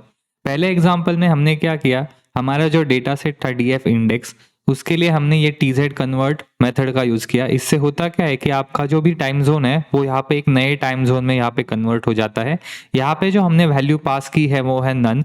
नन से क्या हो जाता है कि आपका जो टाइम जोन है वो एक्चुअली हट जाता है, यानी कि आप एक तरीके से कोई भी टाइम जोन यहाँ पे अलोकेट नहीं कर रहे हो, या फिर जो भी अलोकेटेड टाइम जोन है वो यहाँ पे आप एक तरीके से रिमूव कर रहे हो। अब नेक्स्ट एग्जांपल में क्या करेंगे, हम यहाँ पे जो हमारा ओरिजिनल डेटा सेट है DF इंडेक्स, उसको हम यहाँ पे एक नया टाइम जोन असाइन करेंगे। तो सबसे पहले मैं यहाँ पे DF इंडेक्स को कॉल करूंगा एंड इसका टाइम जोन हम चेक कर लेते हैं DF इंडेक्स डॉट TZ, जिससे हम यहाँ पे टाइम जोन को चेक कर सकते हैं। एंड यहाँ पे जो टाइम जोन है वो है यहाँ पे America and New York. Let's say मैं यहाँ पे इस डेटा को इंडियन टाइम जोन में यहाँ पे कन्वर्ट करना चाहता हूँ। तो इंडिया के लिए जो टाइम जोन है वो रहेगा समथिंग एशिया कोलकाता और एशिया दिल्ली। यहाँ पे देखो एशिया कोलकाता हमें देखने को मिल रहा है, तो ये आ गया हमारा इंडियन टाइम जोन। अब ये टाइम जोन को हमने कॉपी कर लिया है। अब हम वापस से यहाँ पे DF इंडेक्स को कॉल करेंगे, देन इसके ऊपर हम यहाँ पे ये TZ कन्वर्ट मेथड का यूज करेंगे। So I am going to call TZ convert and then I'm going to pass our time zone जो कि है Asia Kolkata. And after running this आप देखो ये जो टाइम जोन है यहाँ पे कन्वर्ट हो गया है। हमें क्या देखने को मिल रहा है +5:30 ग्लोबल टाइम जोन से यहाँ पे ये 5 hour 30 minutes आगे हो गया है, यानी इंडियन टाइम जोन हमें देखने को मिल रहा है। You can check this again with index dot T Z. अच्छा, यहाँ पे हमें चेंजेस क्यों देखने को नहीं मिल रहा है? क्योंकि ये जो नया टाइम जोन है ये मेरे ओरिजिनल डेटा सेट को मैंने अभी तक असाइन नहीं किया है। So what you can do, you can write D F index is equal to this particular time zone, जिससे क्या हो जाएगा, जो भी चेंजेस आपने अभी तक किया है वो यहाँ पे रिफ्लेक्ट करेगा। So I am going to write D F index is equal to this and then let's rerun this. And यहाँ पे देखो जो टाइम जोन है वो यहाँ पे कन्वर्ट हो गया है। इसी तरीके से आप यहाँ पे कोई भी टाइम जोन चूज कर सकते हो एंड उस पर्टिकुलर टाइम जोन के लिए आपको चेंजेस देखने को मिलेंगे।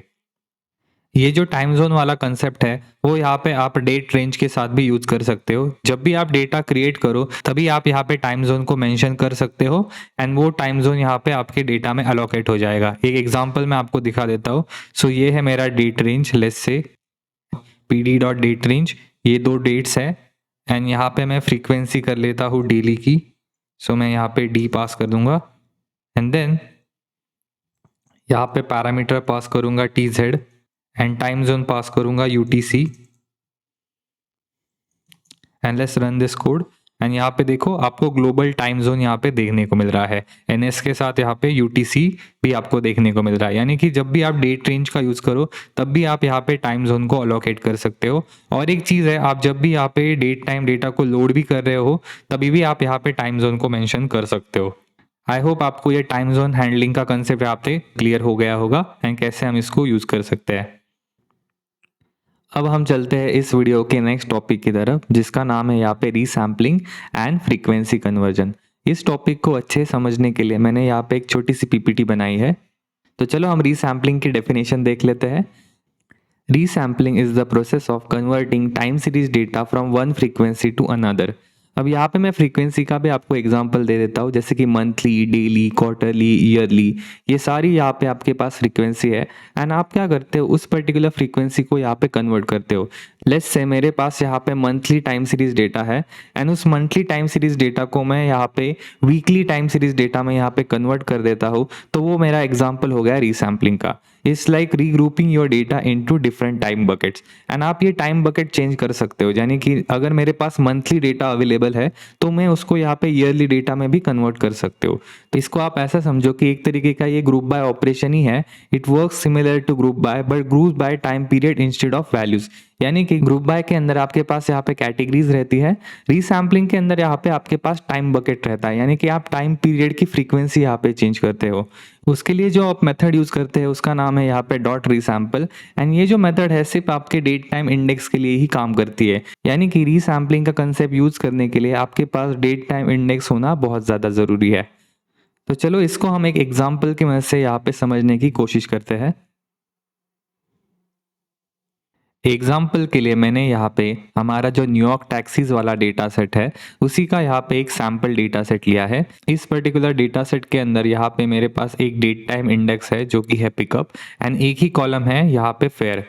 अब रीसैम्पलिंग करने के लिए आपके डेटा के अंदर डेट टाइम इंडेक्स का होना बहुत ज़्यादा ज़रूरी है एंड उसके साथ आपके पास एटलीस्ट एक न्यूमेरिकल कॉलम ज़रूर होना चाहिए जिसके ऊपर आप यहाँ पे ऑपरेशन परफॉर्म कर पाओ। यहाँ पे मैंने फेयर कॉलम को चूज़ किया है। हम फेयर की जगह कोई और कॉलम भी ले सकते थे, जैसे कि टिप ले सकते थे, टोटल ले सकते थे, वो डिपेंड करता है, या फिर आप एक से ज़्यादा कॉलम भी यहाँ पे ले सकते हो। बट अभी सिंप्लिसिटी के लिए मैंने यहाँ पे एक ही कॉलम रखा है।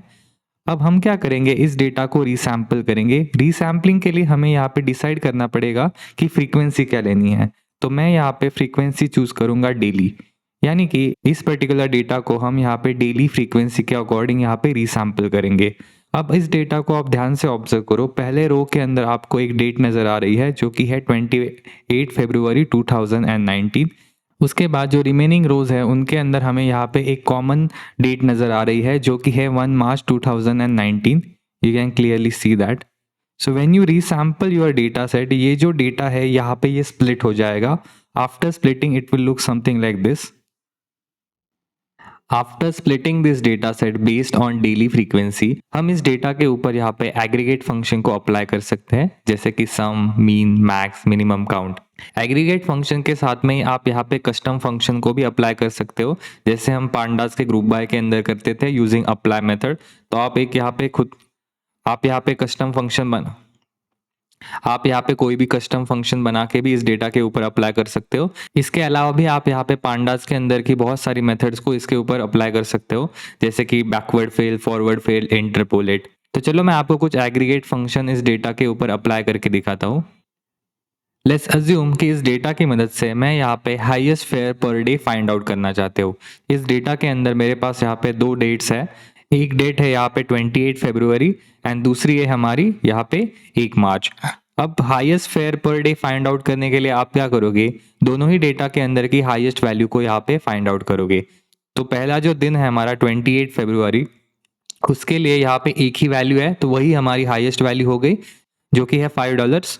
एंड दूसरी डेट के लिए आप यहाँ पे सारी वैल्यूज को ऑब्जर्व करो, आपको नजर आएगा कि $39 यहाँ पे हाईएस्ट वैल्यू है फॉर आवर 1 मार्च। तो आपका फाइनल आउटपुट कुछ ऐसा दिखेगा। यहाँ पे फाइनल आउटपुट में आपको दोनों ही डेट्स के लिए यहाँ पे हाईएस्ट फेयर नजर आ रहा है। सिमिलर टू दिस यहाँ पे आप एवरेज फेयर को भी फाइंड आउट कर सकते हो। अब यहाँ पे 28 फरवरी के लिए जो एवरेज फेयर है वो यहाँ पे $5 ही रहेगा, क्योंकि इसके अंदर एक ही वैल्यू है। एंड यहाँ पे 1 मार्च के लिए क्या होगा, हमारे पास यहाँ पे जितनी भी वैल्यूज है, यहाँ पे टोटल 19 वैल्यूज है, इनकी हम एडिशन करेंगे एंड डिवाइड बाय 19 करेंगे, तो final output will look something like this. तो आप देख सकते हो 28 फरवरी के लिए मेरे पास यहाँ पे $5 है एंड 1 मार्च के लिए है अराउंड $10.7। चलो मैं इसको आपको और एक एग्जांपल भी दिखाता हूँ। लेट्स से इस बार मैं फ्रीक्वेंसी डिसाइड करता हूँ आवरली, यानी कि यहाँ पे आपको फोकस रखना है ये टाइम वाले स्लॉट पे। यहाँ पे आपको आवर नजर आ रहा है 23, उसके बाद आप देखो 000, उसके बाद हमें 1 2 4 5, ये सब आवरली डेटा हमारे पास अवेलेबल है। So after splitting based on our आपका डेटा कुछ ऐसा नजर आएगा। आप देख सकते हो पहले स्प्लिट के अंदर यहाँ पे जो वैल्यू है वो है 23 आवर के लिए, जो कि है $5।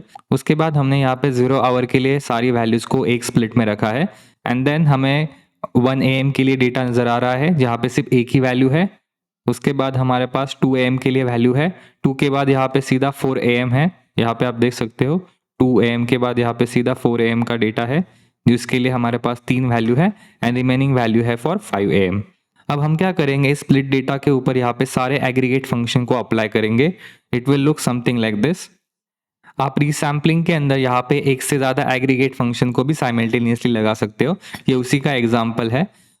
अब इस आउटपुट को मैं आपको थोड़ा एक्सप्लेन कर देता हूँ। यहाँ पे देखिए जो फर्स्ट वैल्यू है वो है हमारी यहाँ पे 28 फरवरी के लिए एंड जो आवर है वो यहाँ पे है 23, जो कि हमारा पहला स्प्लिट है। इस स्प्लिट के लिए जो यहाँ पे एवरेज वैल्यू है वो यहाँ पे है $5, क्योंकि यहाँ पे एक ही वैल्यू है तो वही हमारी मीन एंड मैक्स वैल्यू रहेगी।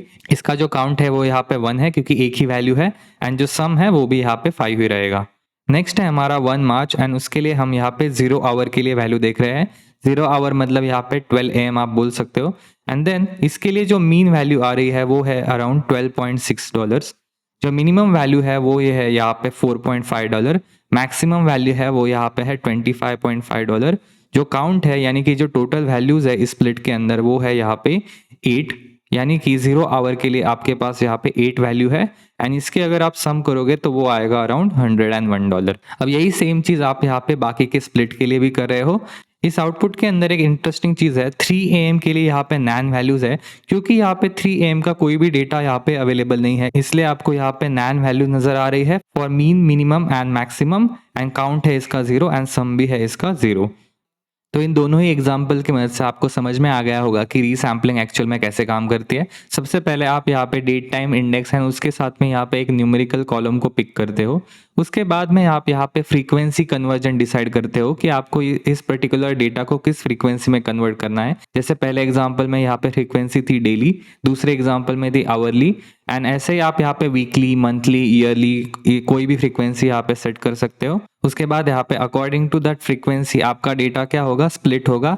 Then after splitting this data set आप इस पर्टिकुलर स्प्लिट के ऊपर यहाँ पे कोई भी कस्टम फंक्शन या फिर एग्रीगेट फंक्शन को यहाँ पे अप्लाई कर सकते हो। तो इस तरीके से यहाँ पे पूरी रीसैम्पलिंग होती है। नेक्स्ट मैं आपको रीसैम्पलिंग के 2 टाइप्स भी बता देता हूँ। एक है यहाँ पे down sampling and up sampling. इन दोनों ही टाइप्स के हम यहाँ पे मल्टीपल एग्जाम्पल देखने वाले हैं, बट अभी के लिए हम इनकी डेफिनेशन देख लेते हैं कि डाउन सैम्पलिंग एक्चुअल में है क्या। सो डाउन सैम्पलिंग का मतलब है going from higher to lower frequency, यानी कि आपने जो भी डेटा सेट चूज किया है उसके अंदर आप यहाँ पे हायर फ्रीक्वेंसी से लोअर फ्रीक्वेंसी में जाते हो। एग्जाम्पल के लिए जैसे आपके पास जो डेटा है उसकी फ्रीक्वेंसी है यहाँ पे डेली, तो उसको आपने यहाँ पे मंथली में कन्वर्ट कर दिया, या फिर आपके पास जो डेटा है वो यहाँ पे मंथली है उसको आपने ईयरली में कन्वर्ट कर दिया, तो इसको हम कहेंगे down sampling. And up sampling में एग्जैक्टली अपोजिट होता है, going from lower to higher frequency. जैसे कि आपके पास मंथली फ्रीक्वेंसी है तो आप यहाँ पे डेली पे जा रहे हो, या फिर डेली फ्रीक्वेंसी है उसको आप यहाँ पे आवरली में कन्वर्ट कर रहे हो। अब ये तो हो गई रीसैम्पलिंग की थ्योरी। अब हम इसके प्रैक्टिकल की तरफ चलते हैं। प्रैक्टिकल के लिए मैंने यहाँ पे एक नई नोटबुक क्रिएट कर ली है। इस नोटबुक के अंदर हम यहाँ पे वापस से हमारा न्यूयॉर्क टैक्सीज वाला डेटा सेट को लोड कर लेते हैं। एंड मैंने यहाँ पे पिकअप को as a date time index set कर लिया है। Now let's see our data set once again. And यहाँ पे देखो पिकअप है मेरा date time index, and fare column के ऊपर हम यहाँ पे एग्रीगेट फंक्शन को लगाएंगे। Now let's see the code.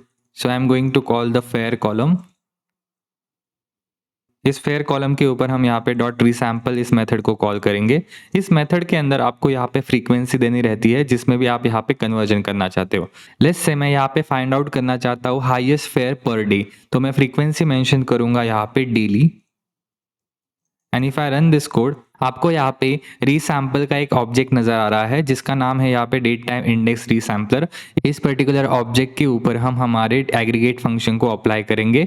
Internally क्या हो रहा है, अभी आपका डेटा स्प्लिट हो रहा है, तो आप ऐसा समझो कि जैसे मैंने डॉट रीसैम्पल लिखा तो डेली फ्रीक्वेंसी के अकॉर्डिंग मेरा डेटा यहाँ पे इंटरनली स्प्लिट हो गया है।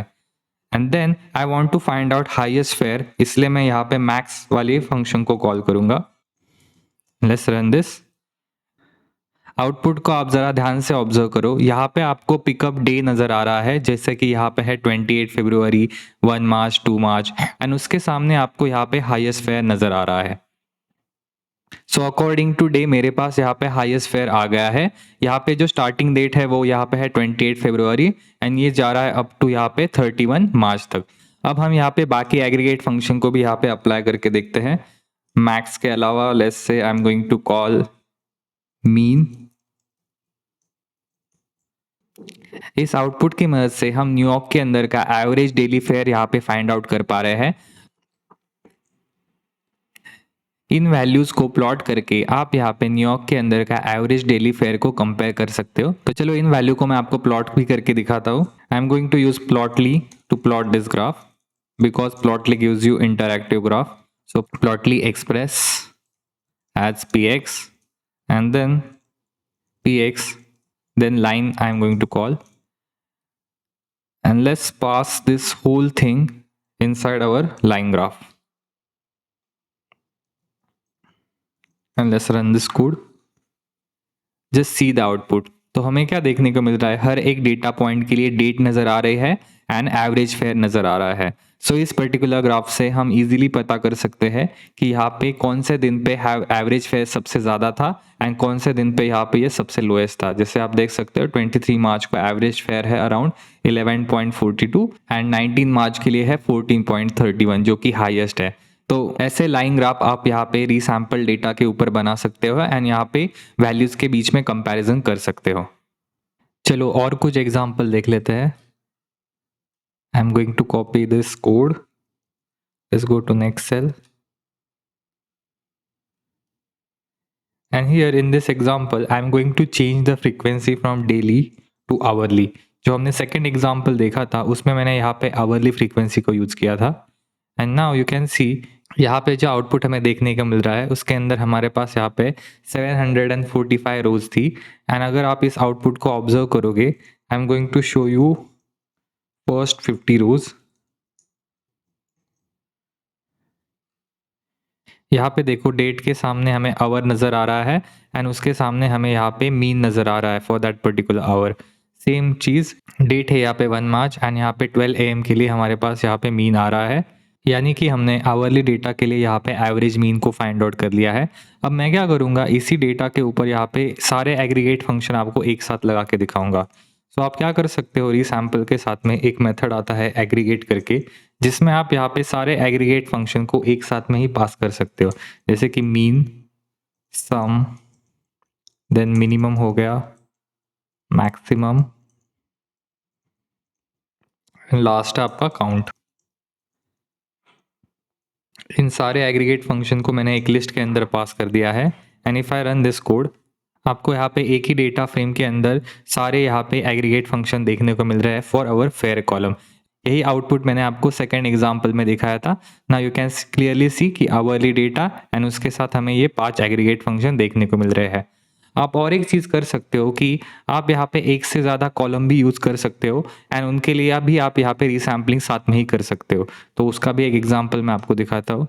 लेट्स से इस कोड को मैंने यहाँ पे कॉपी कर लिया and then I am going to call one more column which is called as tip and इसके ऊपर मैं यहाँ पे रीसैम्पलिंग करूँगा एंड यहाँ पे एग्रीगेट फंक्शन दूंगा सम, जो कि मुझे टोटल देगा। Let's run this code. तो आप देखो हमने यहाँ पे 2 कॉलम के लिए साइमल्टेनियसली रीसैम्पलिंग की है एंड हमारे पास टोटल आ रही है फॉर टिप एंड फेयर। इससे हमें क्या पता चल रहा है कि इस पर्टिकुलर आवर में यहाँ पे जो फेयर था वो था $5 एंड जो टिप दी थी वो है यहाँ पे $0। सेकेंड डेट के लिए जो टोटल फेयर था वो था $101 एंड जो टोटल टिप दिया गया था वो था यहाँ पे $15। इसी के साथ आप और एक इंटरेस्टिंग चीज़ कर सकते हो, आप अलग अलग कॉलम के लिए यहाँ पे डिफरेंट एग्रीगेट फंक्शन को भी लगा सकते हो। उसका भी एक एग्जांपल मैं आपको दिखाता हूँ। यही कोड को मैं हम वापस से कॉपी कर लेंगे। Let's go to next line and then हम यहाँ पे डॉट एग्रीगेट इस मेथड को कॉल करेंगे। इसके अंदर मैं यहाँ पे डिक्शनरी पास करूँगा। डिक्शनरी के अंदर मैं यहाँ पे फेयर कॉलम को पास कर रहा हूँ। फेयर कॉलम के लिए मैं चाहता हूँ मुझे मैक्सिमम वैल्यू का पता चले एंड देन सेकेंड कॉलम है मेरा यहाँ पे टिप। इस कॉलम के ऊपर मैं यहाँ पे 2 एग्रीगेट फंक्शन लगाना चाहता हूँ। एक है हमारा काउंट एंड दूसरा है हमारा मिनिमम। एंड डिक्शनरी को हम क्लोज कर देते हैं। काउंट के बाद एक कोटेशन ऐड कर देंगे। इस कोड के अंदर क्या हो रहा है, फेयर कॉलम के ऊपर हम यहाँ पे मैक्स इस एग्रीगेट फंक्शन को लगा रहे हैं एंड टिप कॉलम के लिए हम यहाँ पे 2 एग्रीगेट फंक्शन का यूज कर रहे हैं। इसीलिए मैंने इन 2 एग्रीगेट फंक्शन को यहाँ पे लिस्ट के अंदर पास किया है। Let's run this code. अच्छा, टपल को मैंने इंक्लोज नहीं किया है। Now just see this output.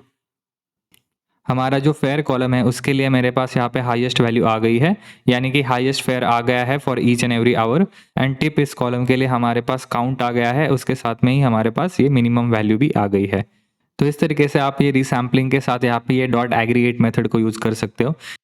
Next मैं आप लोगों को टाइप्स ऑफ रीसैम्पलिंग भी दिखा देता हूँ। हमने मेनली 2 टाइप्स देखे थे, एक था हमारा अप सैम्पलिंग एंड दूसरा था हमारा डाउन सैम्पलिंग। अप सैम्पलिंग के लिए आप यहाँ पे lower frequency to higher frequency conversion करते हो। इसके लिए मैं यहाँ पे वापस से हमारा ये ऊपर वाला कोड को कॉपी कर लेता हूँ एंड इसी कोड के अंदर मैं थोड़े बहुत चेंजेस करके आपको अप सैम्पलिंग दिखाऊंगा। So let's copy it here and यहाँ पे मैं फ्रीक्वेंसी को थोड़ा सा चेंज कर देता हूँ। यहाँ पे मैं लिखूंगा 5 मिनट। अब हमारी जो ओरिजिनल फ्रीक्वेंसी वो आपको आवरली इंफॉर्मेशन देती है। यहाँ पे मैं रीसैम्पल कर रहा हूँ फॉर एवरी 5 मिनट्स, यानी कि हर 5 मिनट के लिए आपका डेटा यहाँ पे स्प्लिट होगा एंड इसके ऊपर मैं एग्रीगेट मेथड लगाऊंगा यहाँ पे count and just see the output. Output का आप शेप भी देखो, यहाँ पे अराउंड 8932 रोज है। हमारा जो ओरिजिनल डेटा फ्रेम था उसका अगर आप शेप चेक करोगे उसके अंदर हमारे पास कितनी रोज थी, 6433 एंड यहाँ पे जो रोज है वो है 8932। इस आउटपुट के अंदर क्या हो रहा है, फॉर एवरी 5 मिनट जितनी भी टैक्सी पिकअप हुई है उसका आपको यहाँ पे काउंट देखने को मिल रहा है। अगर मैं यहाँ पे 5 मिनट की जगह पे लेट्स से यहाँ पे 30 सेकेंड करूँ, यहाँ पे आप शेप देखो अराउंड 89,000 रोज इस पर्टिकुलर आउटपुट में आ रही है। यहाँ पे आप काउंट कर रहे हो कि हर 30 सेकेंड के लिए यहाँ पे कितने टैक्सी पिकअप हुए हैं। तो ये हो गया हमारा एग्जाम्पल ऑफ अप सैम्पलिंग। अब डाउन सैम्पलिंग के तो मैंने आपको पहले ही मल्टीपल एग्जाम्पल दिखा दिए है, फिर भी आपको और एक एग्जाम्पल दिखा देता हूँ। डाउन सैम्पलिंग में आप क्या करते हो, आप यहाँ पे हायर फ्रीक्वेंसी से लोअर फ्रीक्वेंसी की तरफ जाते हो। So let's call this resample method and यहाँ पे मैं डेली से यहाँ पे वीकली में कन्वर्ट कर देता हूँ। तो ये W का मतलब है यहाँ पे वीकली फ्रीक्वेंसी एंड यहाँ पे मैं जो मेथड यूज करूँगा वो है यहाँ पे डॉट मैक्स। ये हो गया हमारा डाउन सैम्पलिंग का example. Down sampling, let's run this code. Down sampling के अंदर मेरे पास यहाँ पे सिर्फ 5 रोज आ रही है। इन 5 रोज को आप ऑब्जर्व करो। पहली जो डेट है वो यहाँ पे 3 मार्च 2019 है।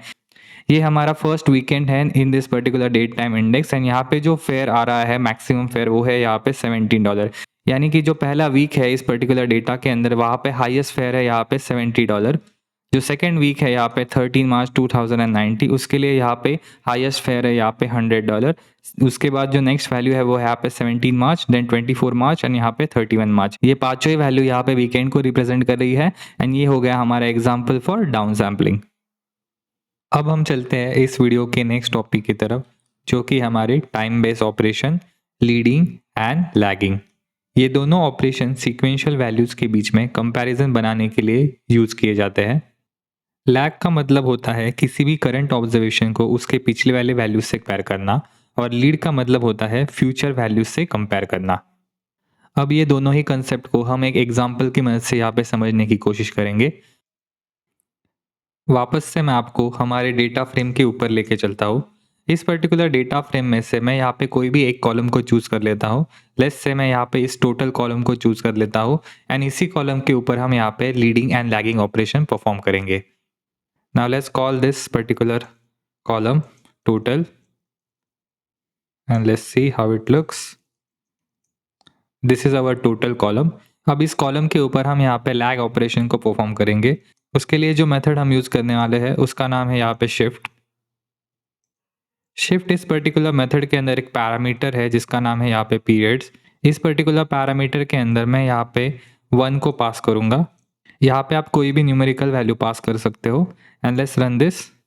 आफ्टर रनिंग दिस आपको टोटल इस पर्टिकुलर कॉलम में कुछ चेंजेस नज़र आ रहे होंगे। यहाँ पे देखो पहली वैल्यू यहाँ पे 9 हो गई है, दूसरी वैल्यू यहाँ पे 6.30 हो गई है, यानी कि यहाँ पे डेट टाइम इंडेक्स के लिए वैल्यूज चेंज हो गई है। अगर आपने प्रीवियसली नोटिस किया हो तो टोटल के अंदर हमारे पास यहाँ पे अलग वैल्यू थी, अब ये चेंज होकर 9 हो गई है। एंड सिमिलर टू दिस यहाँ पे पूरे डेटा फ्रेम के अंदर हमें चेंजेस देखने को मिल रहे हैं।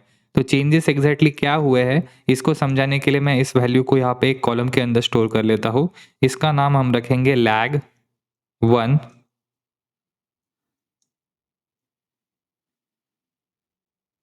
Then I'm going to call two columns, that is our total and second is basically our lag 1.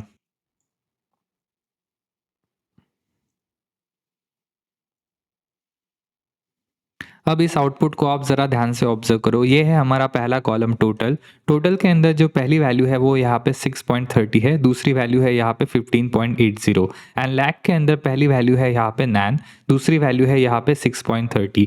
यानी कि लैग के अंदर हमें यहाँ पे प्रीवियस वैल्यू देखने को मिल रही है, जैसे कि 27.30 के आगे जो नेक्स्ट वैल्यू आएगी वो है यहाँ पे 15.80 जो कि इसकी प्रीवियस वैल्यू है। सिमिलरली 36.60 की जो प्रीवियस वैल्यू है वो है यहाँ पे 26.30, वही वैल्यू हमें उसके सामने नज़र आ रही है। यहाँ पे जो हमने फंक्शन यूज़ किया था शिफ्ट, इसकी वजह से हमें यहाँ पे इस पर्टिकुलर रो के अंदर एक वैल्यू का शिफ्ट देखने को मिल रहा है। If I change the value of this particular parameter to 2 and then rerun the code, आपको देखो यहाँ पे 2 वैल्यू का शिफ्ट देखने को मिल रहा है। इसे ही हम यहाँ पे लैग कहते हैं। सो आप देखो यहाँ पे जो पहली 2 वैल्यू आ रही है वो यहाँ पे 9 आ रही है, क्योंकि इन 2 वैल्यूज़ के पीछे यहाँ पे कोई भी प्रीवियस वैल्यू नहीं है। एंड उसके बाद अगर आप देखोगे 27.30 के पीछे यहाँ पे 6.30 ये वैल्यू आ रही है, यानी कि 2 वैल्यू का लैग हमें देखने को मिल रहा है। If I keep increasing this particular value, अब हमारे पास 5 वैल्यूज़ का यहाँ पे लैग आ रहा है। अब नेक्स्ट मैं आपको लीड का कंसेप्ट भी दिखा देता हूँ। लीड के अंदर भी हम सेम चीज़ करेंगे।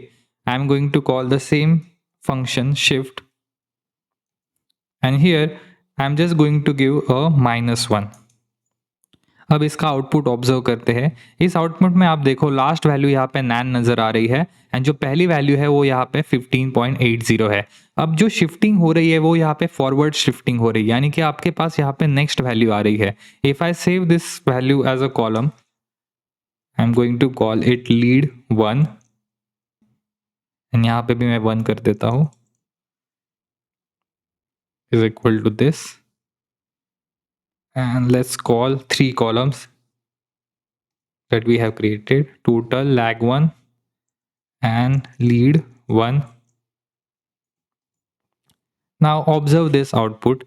आपको स्पेसिफिकली इस लीड को ऑब्जर्व करना है। यहाँ पे देखो पहली वैल्यू है हमारी 6.30, उसके बाद जो इमीडिएट नेक्स्ट वैल्यू है वो यहाँ पे 15.80 है, वही हमें यहाँ पे इसके सामने नज़र आ रही है, यानी कि जो शिफ्ट हुआ है वो यहाँ पे नेक्स्ट वैल्यू की तरफ हुआ है। If I increase this period to let's say -3, आपको यहाँ पे नेक्स्ट 3 वैल्यू के लिए शिफ्ट देखने को मिलेगा, यानी कि 6.30 के बाद जो नेक्स्ट वैल्यू आ रही है वो सीधा यहाँ पे 36.60 आ रही है। And if you see last में हमें 3 नैन वैल्यूज यहाँ पे नज़र आ रही है। लीड एंड लैग को हम यहाँ पे डेट टाइम एनालिसिस के अंदर कैसे यूज़ कर सकते हैं उसका भी एक एग्जांपल मैं आपको दिखाता हूँ। इन दोनों ही मेथड को हम यहाँ पे इस रीसैम्पलिंग के साथ कंबाइन करेंगे। उसके लिए मैं यहाँ पे इस कोड को कॉपी कर लेता हूँ and let's go to next cell.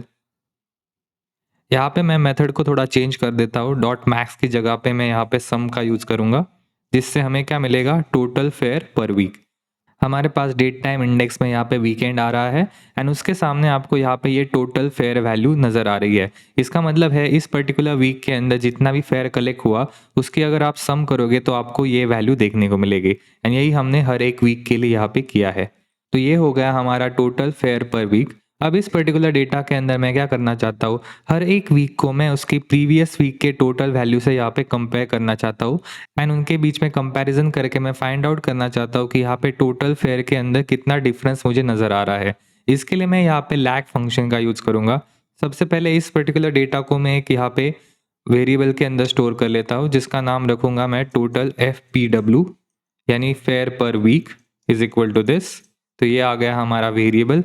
अब इसी वेरिएबल के ऊपर हम यहाँ पे हमारे शिफ्ट वाले मेथड को यूज़ करेंगे। So I am going to call TFFTW fair and let's call our shift 1, जो कि हमें प्रीवियस वीक की टोटल फेयर वैल्यू देगा। So let's run this code and यहाँ पे देखो मेरे पास पहली वैल्यू नैन आ रही है, उसके बाद मुझे यहाँ पे प्रीवियस वीक की फेयर वैल्यू यहाँ पे देखने को मिल रही है। हम क्या करते हैं, इसे भी यहाँ पे एक कॉलम के अंदर स्टोर कर लेते हैं। So total FPW and I am going to call this previous FPW, previous fare per week.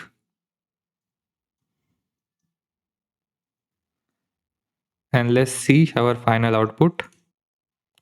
इस पर्टिकुलर डेटा सेट की मदद से आप यहाँ पे दोनों ही वैल्यू को साइड बाय साइड रख के यहाँ पे कंपैरिजन कर सकते हो। पहले वैल्यू है हमारी 7497 एंड उसके सामने हमारे पास नैन वैल्यू आ रही है क्योंकि इसके पहले कोई भी वैल्यू यहाँ पे नहीं है। सेकेंड वीक के लिए हमारे पास प्रीवियस टोटल फेयर वैल्यू आ रही है एंड यही चीज़ आपको यहाँ पे बाकी वीक्स के लिए भी देखने को मिलेगी। अब हम क्या करेंगे, इन दोनों के बीच में जो डिफरेंस है उसको फाइंड आउट करेंगे। So again I am going to call this fare column and difference find out करने के लिए हम यहाँ पे प्रीवियस फेयर को यहाँ पे सबट्रैक्ट कर देंगे। So again I am going to call the same total FPW and inside that I am going to call this previous fair per week value. So previous FPW and let's run this. अब इस output के अंदर यहाँ पे मुझे दोनों ही fair के बीच में जो डिफरेंस है वो यहाँ पे देखने को मिल रहा है। इसे भी हम यहाँ पे एक कॉलम के अंदर स्टोर कर लेते हैं। So I am going to call this column a difference is equal to this।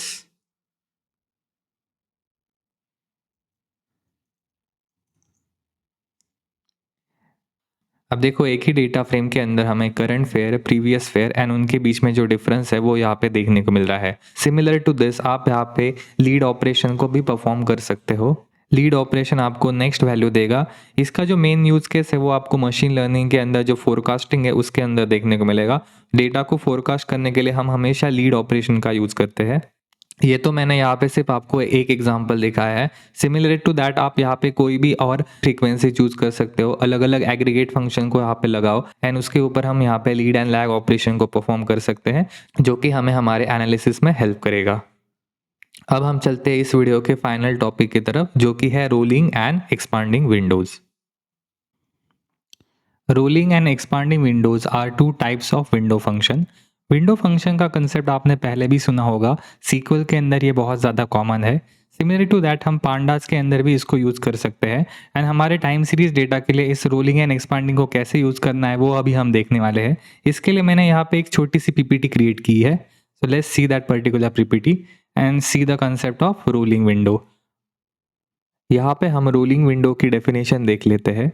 A rolling window operation involves moving a fixed size window across the data। Window का मतलब है यहाँ पे subset of your data set. Performing an aggregate function like sum और mean within that particular window, यानी जो भी subset आप सिलेक्ट करते हो उस पर्टिकुलर सबसेट के ऊपर आप यहाँ पे मल्टीपल एग्रीगेट फंक्शन को अप्लाई कर सकते हो। जैसे कि एग्जांपल दिया है सम और मीन। इसका जो यूज केस है is basically to identify short term trends and smoothening of your data set. And यहाँ पे मैंने दो टाइप्स भी मेंशन किए हैं रोलिंग के, row based rolling and time based rolling. अब इस कंसेप्ट को और अच्छे से समझने के लिए हम यहाँ पे इसका एक एग्जांपल देख लेते हैं। हम स्टार्ट करेंगे हमारा पहला टाइप से जिसका नाम है रो बेस्ड रोलिंग। एंड यहाँ पे मैंने एक सैम्पल डेटा सेट लिया है from our New York taxis data set. इस पर्टिकुलर डेटा सेट के अंदर यहाँ पे आपको 10 रोज नजर आ रही होगी। एंड यहाँ पे मैंने एक ही कॉलम सिलेक्ट किया है, फेयर कॉलम, एंड जो हमारी डेट टाइम इंडेक्स है वो है यहाँ पे पिकअप। अब based on this particular data set मैं आप लोगों को कुछ क्वेश्चन पूछूंगा एंड उन क्वेश्चन को सॉल्व करने के लिए हम यहाँ पे विंडो फंक्शन का यूज करेंगे। तो पहला क्वेश्चन है हमारा, we need to calculate average fare for last 3 trips. यानी ये जो डेटा सेट है हमारा ये हर एक ट्रिप को रिप्रेजेंट कर रहा है एंड हमें बोला गया है you need to calculate average fare for last 3 trips. अब इस क्वेश्चन को सॉल्व करने के लिए मैं यहाँ पे फेयर कॉलम के ऊपर रोलिंग विंडो के कंसेप्ट को अप्लाई करूंगा। So let's see this solution step by step. तो पहली स्टेप है हमारी, we need to decide window size. अब हमें जो फेयर कैलकुलेट करना है वो यहाँ पे लास्ट 3 ट्रिप्स के लिए है, तो विंडो साइज हो गई हमारी 3। Next we need to decide our aggregate operation.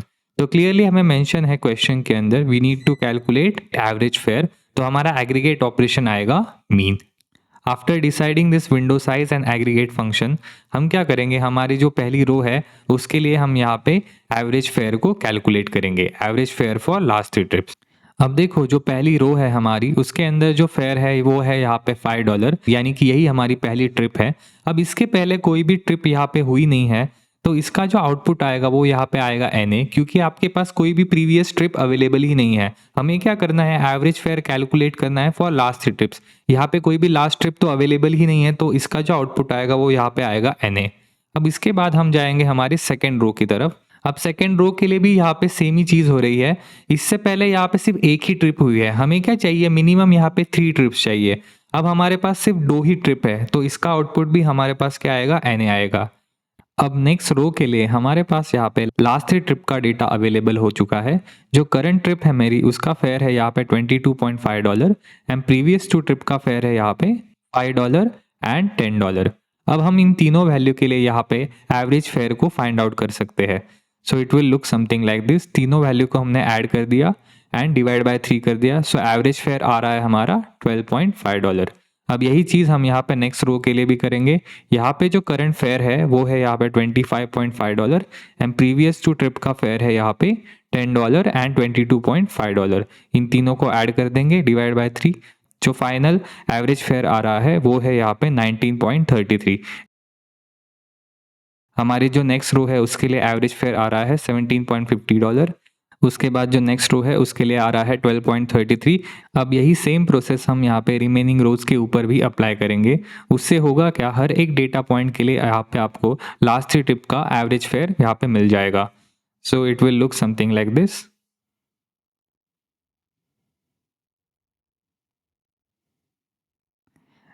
तो ये हो गया हमारा पहला type of rolling window, row base rolling. इसे रो बेस रोलिंग इसलिए कहा जाता है क्योंकि ये जो हमारी स्लाइडिंग विंडो है वो एक रो ऑर्डर के अकॉर्डिंग यहाँ पे मूव करती है एंड देन उसके ऊपर हम यहाँ पे एग्रीगेट फंक्शन को अप्लाई करते हैं। ये रोलिंग ऑपरेशन आप किसी भी कॉलम के ऊपर लगा सकते हो। इसके लिए आपको डेट टाइम इंडेक्स की कोई भी यहाँ पे ज़रूरत नहीं पड़ती, यानी कि कोई भी आप इंडिपेंडेंट कॉलम ले सकते हो, टिप हो गया, टोटल हो गया, या फिर कोई भी कॉलम, एंड उस पर्टिकुलर कॉलम के ऊपर आप यहाँ पे रो बेस रोलिंग को अप्लाई कर सकते हो। अब हम चलते हैं हमारे सेकेंड टाइप की तरफ, time based rolling. Time based rolling में आपका जो रोलिंग ऑपरेशन है वो यहाँ पे डेट टाइम इंडेक्स के ऊपर डिपेंडेंट रहता है, यानी कि जो स्लाइडिंग विंडो है वो डेट टाइम इंडेक्स के अकॉर्डिंग मूव करती है। चलो इसको हम एक एग्जांपल की मदद से समझने की कोशिश करते हैं। Let's see our problem statement.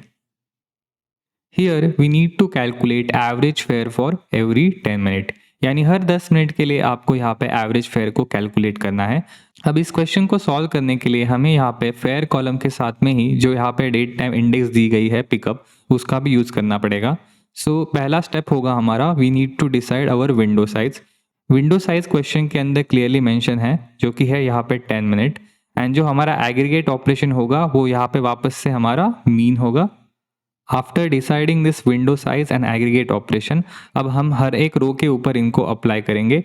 अब यहाँ पे आपको date time index and fare की जो वैल्यू है इन दोनों के ऊपर फोकस करना है। तो पहली रो है हमारी यहाँ पे ये $5 वाली रो, इसके अंदर जो टाइम मेंशन है वो है यहाँ पे 23:29 एंड जो फेयर वैल्यू है वो यहाँ पे है $5। अब इसके पहले यहाँ पे कोई भी हमारे पास डेट टाइम इंडेक्स अवेलेबल नहीं है, तो इसका आउटपुट क्या आएगा यहाँ पे $5। अब हम चलते हैं नेक्स्ट रो की तरफ। इसके अंदर आप देखो जो आवर है वो है यहाँ पे 0 आवर एंड जो मिनट है यहाँ पे वो है यहाँ पे 3 मिनट। अब जो पहली वाली हमारी रो थी उसके अंदर जो टाइम था वो है यहाँ पे 23.29 एंड जो सेकंड हमारा रो है उसके लिए जो वैल्यू है वो है यहाँ पे 0.03। इनके बीच में जो डिफरेंस है वो यहाँ पे 10 मिनट से ज़्यादा है, यानी कि अराउंड यहाँ पे 30 मिनट्स का डिफरेंस मुझे नज़र आ रहा है। सो इसका जो आउटपुट है वो भी यहाँ पे $10 ही आएगा। इसके बाद जो हमारी थर्ड रो है उसके लिए टाइम है यहाँ पे 0 आवर एंड 8 मिनट एंड जो फेयर है वो है यहाँ पे $22.5। अब इस थर्ड रो को हम यहाँ पे प्रीवियस दो रो के साथ कंपेयर करेंगे एंड यहाँ पे देखेंगे कि जो डिफरेंस है वो यहाँ पे लेस दैन 10 मिनट है कि नहीं। तो जो पहली रो है उसके अंदर जो वैल्यू है वो यहाँ पे है 23 आवर 29 मिनट्स एंड ये जो टाइम रेफरेंस है third row and first row के बीच में वो अराउंड यहाँ पे 38 मिनट का है, यानी कि ये जो कंडीशन है हमारी वो सेटिस्फाई नहीं कर रहा। जो सेकंड रो है हमारी उसके अंदर जो टाइमिंग है वो यहाँ पे है 0 आवर एंड 3 मिनट, यानी कि ये दोनों ही वैल्यू यहाँ पे लेस देन 10 मिनट का डिफरेंस शो करती है। तो इन दोनों ही वैल्यू के लिए हम क्या करेंगे, यहाँ पे एवरेज फेयर को कैलकुलेट करेंगे। सो it will look something like this, $22.5 plus $10 divide by 2। अब यही सेम चीज़ यहाँ पे हम नेक्स्ट रो के लिए भी करेंगे। फोर्थ रो को हम यहाँ पे ऊपर वाली तीन रो के साथ कंपेयर करेंगे एंड हम फाइंड आउट करेंगे कि उनके बीच में जो टाइम डिफरेंस है वो यहाँ पे लेस देन 10 मिनट है कि नहीं। सो it will look something like this. तो यहाँ पे हमारे पास दो ही रो है जिनके बीच में जो डिफरेंस है वो यहाँ पे लेस देन 10 मिनट है। जो स्टार्टिंग की दो रो है एंड जो हमारी फोर्थ रो है उनके बीच में टाइम डिफरेंस यहाँ पे 10 मिनट से ज़्यादा है। जो हमारा आउटपुट आएगा वो है यहाँ पे $24। अब सेम प्रोसेस नेक्स्ट रो के लिए भी। फिफ्थ रो के लिए जो टाइम है वो है यहाँ पे 0 आवर एंड 29 मिनट। अगर आप इस वैल्यू को ऊपर की चारों रोज से कंपेयर करोगे, यहाँ पे एक भी ऐसी डेट टाइम इंडेक्स नहीं है जहाँ पे जो डिफरेंस है वो यहाँ पे लेस देन 10 मिनट है। तो इसके अंदर यहाँ पे सिर्फ एक ही वैल्यू आएगी 4.5। नेक्स्ट यहाँ पे दो रो आ रही है जहाँ पे 10 मिनट का डिफरेंस है। सो जो एवरेज आएगा 5.75। उसके बाद यहाँ पे देखो, यहाँ पे तीन रोज है जिनके बीच में जो डिफरेंस है वो यहाँ पे है लेस देन 10 मिनट का। तो यहाँ पे आपको क्लियरली समझ में आ रहा होगा कि बेस्ड ऑन टाइम हम कैसे विंडो को रोल कर सकते हैं। अकॉर्डिंग टू टाइम हम यहाँ पे विंडो को सिलेक्ट करते हैं एंड देन उसके ऊपर हम हमारा एग्रीगेट ऑपरेशन को परफॉर्म करते हैं। लेट्स से अगर मैं ये विंडो साइज को 10 मिनट की बजाय यहाँ पे 1 आवर कर दूँ तो क्या होगा। यहाँ पे देखो जो टाइम है वो है यहाँ पे 0 आवर एंड 32 मिनट।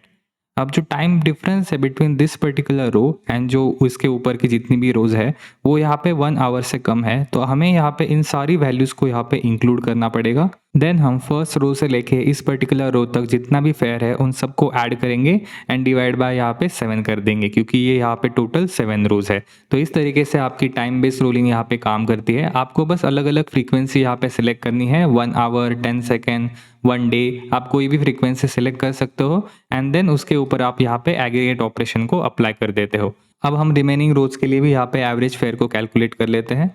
सो ये है हमारे नेक्स्ट रो का average fare. Then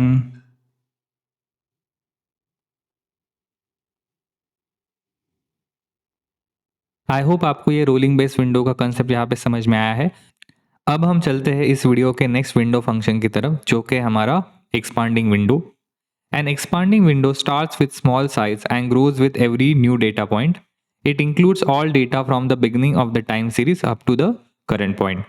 We use this window function to calculate running total और cumulative average. अब इसको समझने के लिए भी हम यहाँ पे एक एग्जाम्पल देख लेते हैं। एग्जाम्पल के लिए यहाँ पे जो क्वेश्चन है वो है, how do we track a driver's live earning after every single trip. अब यहाँ पे देखो हमारा जो डेटा सेट है इसके अंदर हर एक रो यहाँ पे एक ट्रिप को रिप्रेजेंट करती है। यानी पहले ट्रिप में आपका जो फेयर है यहाँ पे है $5, तो ड्राइवर की अर्निंग क्या हो गई यहाँ पे $5। दूसरे ट्रिप में यहाँ पे जो फेयर है वो है यहाँ पे $10, तो ड्राइवर की अर्निंग क्या होगी 5 + 10। इसी तरह क्या होगा, हर एक रो के लिए आपकी यहाँ पे फेयर ऐड होता चला जाएगा। सो हमारा विंडो साइज है यहाँ पे n एन का मतलब है यहाँ पे number of observation. Rolling window के अंदर हमने देखा था कि जो विंडो साइज है वो यहाँ पे फिक्स है, यानी कि 10 मिनट हो गया, 3 हो गया, 4 हो गया, जो भी विंडो साइज थी वो यहाँ पे फिक्स थी।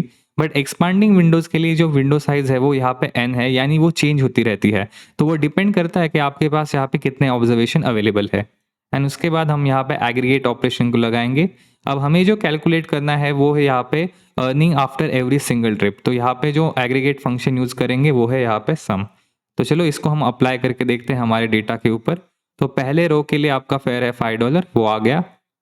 अब सेकेंड ट्रिप के लिए 5 + 10, तो वो हो जाएगा आपका $15। यही हम थर्ड रो के लिए भी करेंगे, यही चीज़ हम यहाँ पे फोर्थ रो के लिए भी करेंगे। एंड जो रिमेनिंग सारी रोज है उनके लिए हम यहाँ पे ये वैल्यूज को ऐड करते चले जाएंगे। तो आपका फाइनल आउटपुट कुछ ऐसा नजर आएगा।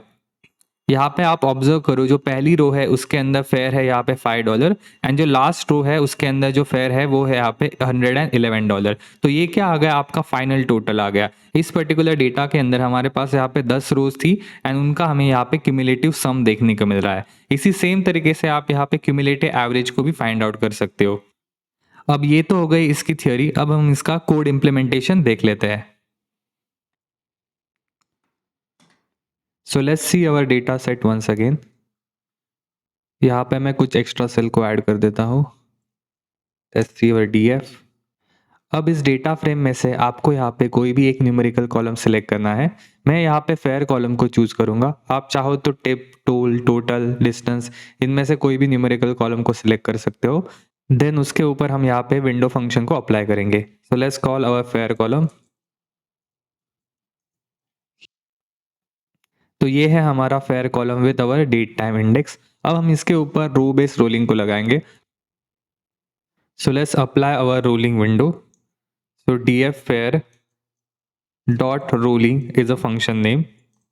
अब इस रोलिंग फंक्शन के अंदर हमें यहाँ पे एक पैरामीटर पास करना रहता है जो कि है हमारी विंडो साइज। तो मैं यहाँ पे 3 को कॉल करूँगा। Then I am going to call mean.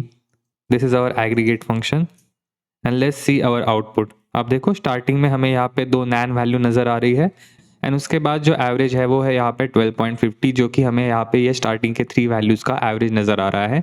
यही आउटपुट मैंने आपको यहाँ पे पीपीटी में दिखाया था। नेक्स्ट वैल्यू भी देखिए 19.33 है, जो कि इन 3 वैल्यूज़ का यहाँ पे एवरेज फेयर है। इस विंडो साइज को हम यहाँ पे चेंज करके देखते हैं। लेट्स सी, मैं यहाँ पे 4 कर दूँ तो क्या आउटपुट आता है।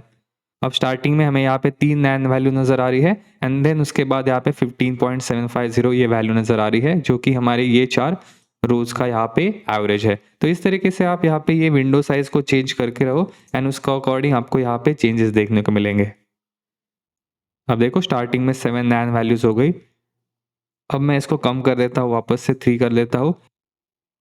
यहाँ पे मैं आप लोगों को डिफरेंट एग्रीगेट फंक्शन भी लगा के दिखाऊंगा। लेट्स कॉल मैक्स, जो कि हमें मैक्सिमम फेयर वैल्यू देगा। सो लेट्स सी इट्स आउटपुट। यहाँ पे अगेन पहले 2 नैन वैल्यू नज़र आ रही है, देन हमें यहाँ पे 22.5, 25.5 ये वैल्यू नज़र आ रही है। आप यहाँ पे इन 3 रो को अगर कंपेयर करोगे सो यहाँ पे ये जो वैल्यू है यहाँ पे हाईएस्ट है। देन नेक्स्ट 3 रोज को कंपेयर करोगे तो 25.5 यहाँ पे हाईएस्ट वैल्यू है। उसके बाद आप देखो यहाँ पे अगेन 25.5 आएगा। तो इस तरीके से यहाँ पे ये मैक्स फंक्शन काम करता है। अब मैक्स की बजाय हम यहाँ पे मीन को अप्लाई करके देखते हैं। Let's see our mean and हमें यहाँ पे मिनिमम वैल्यू देखने को मिलेगी। अब इसके बाद हम यहाँ पे टाइम बेस्ड रूलिंग भी देख लेते हैं। टाइम बेस्ड रूलिंग के लिए सिंपल है, आपको बस यहाँ पे ये विंडो साइज को चेंज करना है। तो मैं यहाँ पे 10 मिनट कर देता हूँ, जो कि हमने एग्जाम्पल में भी देखा था। And then I am going to call mean. यहाँ पे देखिए जो आपकी विंडो साइजिंग होगी वो according to date time index होगी एंड उसको अकॉर्डिंग हमें यहाँ पे एवरेज फेयर देखने को मिलेगा। आप यहाँ पे ये फ्रीक्वेंसी को चेंज करते रहो, उसके अकॉर्डिंग हमें यहाँ पे आउटपुट पे भी चेंजेस देखने को मिलेंगे। यहाँ पे देखो अगर मैंने 30 मिनट किया है तो जो विंडो है वो यहाँ पे 30 मिनट की हो जाएगी एंड जो एवरेज फेयर है उसके अंदर भी हमें डिफरेंस देखने को मिलेगा। Let's try something else. 30 minute की जगह पे मैं यहाँ पे 1 आवर कर देता हूँ। 1 डे भी कब कर सकते हैं।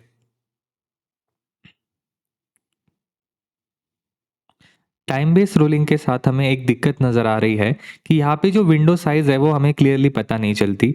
जो हमारी रो बेस्ड रोलिंग थी उसके अंदर क्या है, विंडो साइज वहाँ पे फिक्स रहती है, यानी कि 3 4, तो हमें वो क्लियरली समझ में आता है। टाइम बेस के अंदर क्या है, जैसे ही आप फ्रीक्वेंसी चेंज करते हो तो आपको यहाँ पे पता नहीं चलता कि एग्जैक्टली विंडो साइज कितनी सिलेक्ट हो रही है। अगर आपको उसको क्लियरली देखना है तो आप यहाँ पे काउंट ऑपरेशन को लगाओ, जिससे होगा क्या, हर एक डेटा पॉइंट के लिए आपको समझ में आएगा कि यहाँ पे कितनी रोज यहाँ पे सिलेक्ट हो रही है। जैसे आप देखो, पहले रो के लिए यहाँ पे 1 विंडो साइज है, दूसरे के लिए यहाँ पे 2 है, एंड ये यहाँ पे देखो बढ़ाए हो रही है अकॉर्डिंग टू टाइम। अगर मैं यहाँ पे फ्रीक्वेंसी को चेंज कर दूँ, वापस से 1 आवर कर दूँ, आप देखो अब हमें विंडो साइज क्लियरली पता चल रही है कि यहाँ पे एग्जैक्टली कितनी प्रीवियस वैल्यू को इसने सिलेक्ट किया है। तो ये काउंट ऑपरेशन यहाँ पे आपको हेल्प करेगा।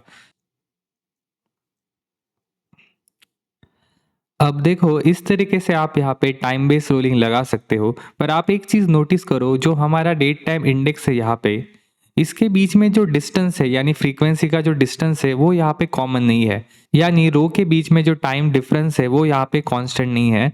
इससे होता क्या है, रियल वर्ल्ड सिनारियो में आपको ऐसी टाइम बेस्ड रूलिंग लगाना ज़्यादा हेल्प नहीं करता है। इससे बेटर है आप यहाँ पे डेटा को पहले रीसैम्पल करो, एंड देन उसके ऊपर हम यहाँ पे हमारी टाइम बेस्ड रूलिंग को लगाएंगे। तो वो कैसे काम करता है उसका भी एग्जाम्पल मैं आपको दिखाता हूँ। डीएफ के अंदर से मैं यहाँ पे टिप कॉलम को कॉल करता हूँ, आप चाहो तो फेयर कॉलम भी ले सकते हो। एंड टिप कॉलम के लिए हम क्या फाइंड आउट करेंगे, total daily tip find out करेंगे। So let's call dot resample, and हम फ्रीक्वेंसी चूज करेंगे 1 डे की,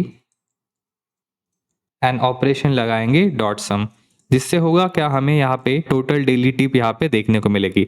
अब अगर आप यहाँ पे डेट टाइम इंडेक्स को आप देखोगे, वो यहाँ पे कांस्टेंट है, यानी कि जो डिफरेंस है वो यहाँ पे क्लियरली 1 डे का हमें नजर आ रहा है। अब जब आप इस डेटा के ऊपर रोलिंग लगाओगे तो वो आपको यहाँ पे बेटर आउटपुट देगा, वो भी मैं आपको करके दिखाता हूँ। So I am going to save this in a variable daily total tip is equal to this, and then let's call this particular variable, and I'm going to apply rolling। यहाँ पे मैं विंडो साइज दूंगा 5, जिससे होगा क्या, मुझे यहाँ पे लास्ट 5 डेज का यहाँ पे टोटल टिप देखने को मिलेगा, एंड यहाँ पे मैं मीन ऑपरेशन को लगा देता हूँ। अब आप इस आउटपुट को ऑब्जर्व करो, हमें क्या देखने को मिल रहा है, लास्ट 5 डेज का यहाँ पे एवरेज मीन देखने को मिल रहा है। अब आप इस मीन के बीच में कंपैरिजन कर सकते हो, यहाँ पे मैं रोलिंग लेस से 7 लूँ, इससे आप क्या कर सकते हो, वीकली बेसिस पे यहाँ पे इस टोटल फेयर को यहाँ पे कंपेयर कर सकते हो। आप अलग अलग एग्रीगेट ऑपरेशन यहाँ पे लगाओ। मैक्स यहाँ पे फाइंड आउट करूंगा कि लास्ट 7 डेज के अंदर यहाँ पे किस तारीख को हमने यहाँ पे मैक्सिमम फेयर को कलेक्ट किया था, तो वो हमें यहाँ पे नजर आ रहा है। यहाँ पे देखो एक कांस्टेंट वैल्यू नजर आ रही है 529 529 529, उसके बाद आप देखो 534। तो ये यहाँ पे बेटर मेथड है to apply our time based rolling. आप पहले डेटा को रिसैम्पल करो, एंड देन उसके ऊपर आप यहाँ पे ये टाइम बेस्ड रोलिंग को अप्लाई करो। आप यहाँ पे फ्रीक्वेंसी को चेंज करके देखो, मैं यहाँ पे 7 डे करके देखता हूँ। अब आउटपुट में देखो, उसके अकॉर्डिंग हमें यहाँ पे चेंजेस नजर आ रही है। अब इसी डेटा के ऊपर मैं यहाँ पे आपको एक्सपांडिंग विंडो भी लगा के दिखाऊंगा। Let's call this daily total tip. Expanding window लगाने के लिए जो फंक्शन है वो है एक्सपांडिंग। इसके अंदर हमें कोई भी विंडो साइज पास करने की जरूरत नहीं होती। आपने देखा था विंडो साइज क्या थी, वहां पे एन क्या था, नंबर ऑफ ऑब्जर्वेशन। तो यहाँ पे जो विंडो है वो एक्सपांड होती रहती है, इसलिए हमें विंडो साइज मेंशन करने की कोई भी जरूरत नहीं है। जो एग्रीगेट फंक्शन में लगा रहा हूँ वो है यहाँ पे सम। ये सम ऑपरेशन मुझे यहाँ पे क्यूमुलेटिव टिप देगा, यानी हर दिन के बाद यहाँ पे कितनी टोटल टिप कलेक्ट हुई है वो यहाँ पे ऐड होती चली जाएगी। Let's see it's output. अब यहाँ पे देखिए, पहले दिन पे जो टिप है वो यहाँ पे है $0, एंड उसके बाद देखिए यहाँ पे $442, यानी कि ये टिप यहाँ पे एक्सपांड होती चली गई है। इसके ऊपर मैं आपको ये डेली टोटल टिप दिखा देता हूँ, जिससे आपको और अच्छे समझ में आएगा। आप इसको साइड बाय साइड रख के कंपेयर कीजिए। आप देखो, पहली वैल्यू है 0, देन 442, देन 333, एंड यहाँ पे देखो 0 442, एंड देन ये यहाँ पे 332 ऐड हो गया है, एंड ये वैल्यू ऐड होती चली गई है। आप अगर फाइनल वैल्यू देखोगे, जो टोटल टिप कलेक्टेड है वो है अराउंड $12,700। तो इस तरीके से आप यहाँ पे क्यूमुलेटिव सम को कैलकुलेट कर सकते हो। अब अगर आप क्यूमुलेटिव मीन फाइंड आउट करना चाहते हो, वो भी यहाँ पे पॉसिबल है। Let's find out that. अब हमें कोई भी पर्टिकुलर डे तक जितना भी यहाँ पे एवरेज टिप कैलकुलेट हुआ है वो यहाँ पे देखने को मिल रहा है। सो आई होप अभी तक आपको ये दोनों विंडो फंक्शन समझ में आ गए होंगे, rolling window and expanding window. इसके अलावा भी हमारे पास और भी विंडो फंक्शन है जिसको आप यहाँ पे ये टाइम सीरीज डेटा के साथ अप्लाई करके देख सकते हो। तो यहाँ पे हमारा ये टाइम सीरीज एनालिसिस वाला टॉपिक खत्म होता है। आई होप आपको ये पूरा सेशन पसंद आया होगा। अगर आपको कोई भी डाउट है इस पर्टिकुलर टॉपिक के अंदर तो उसको आप यहाँ पे इस वीडियो के कमेंट सेक्शन में मेंशन कर दो। We will definitely try to solve that. तो आज के वीडियो के लिए इतना ही, धन्यवाद।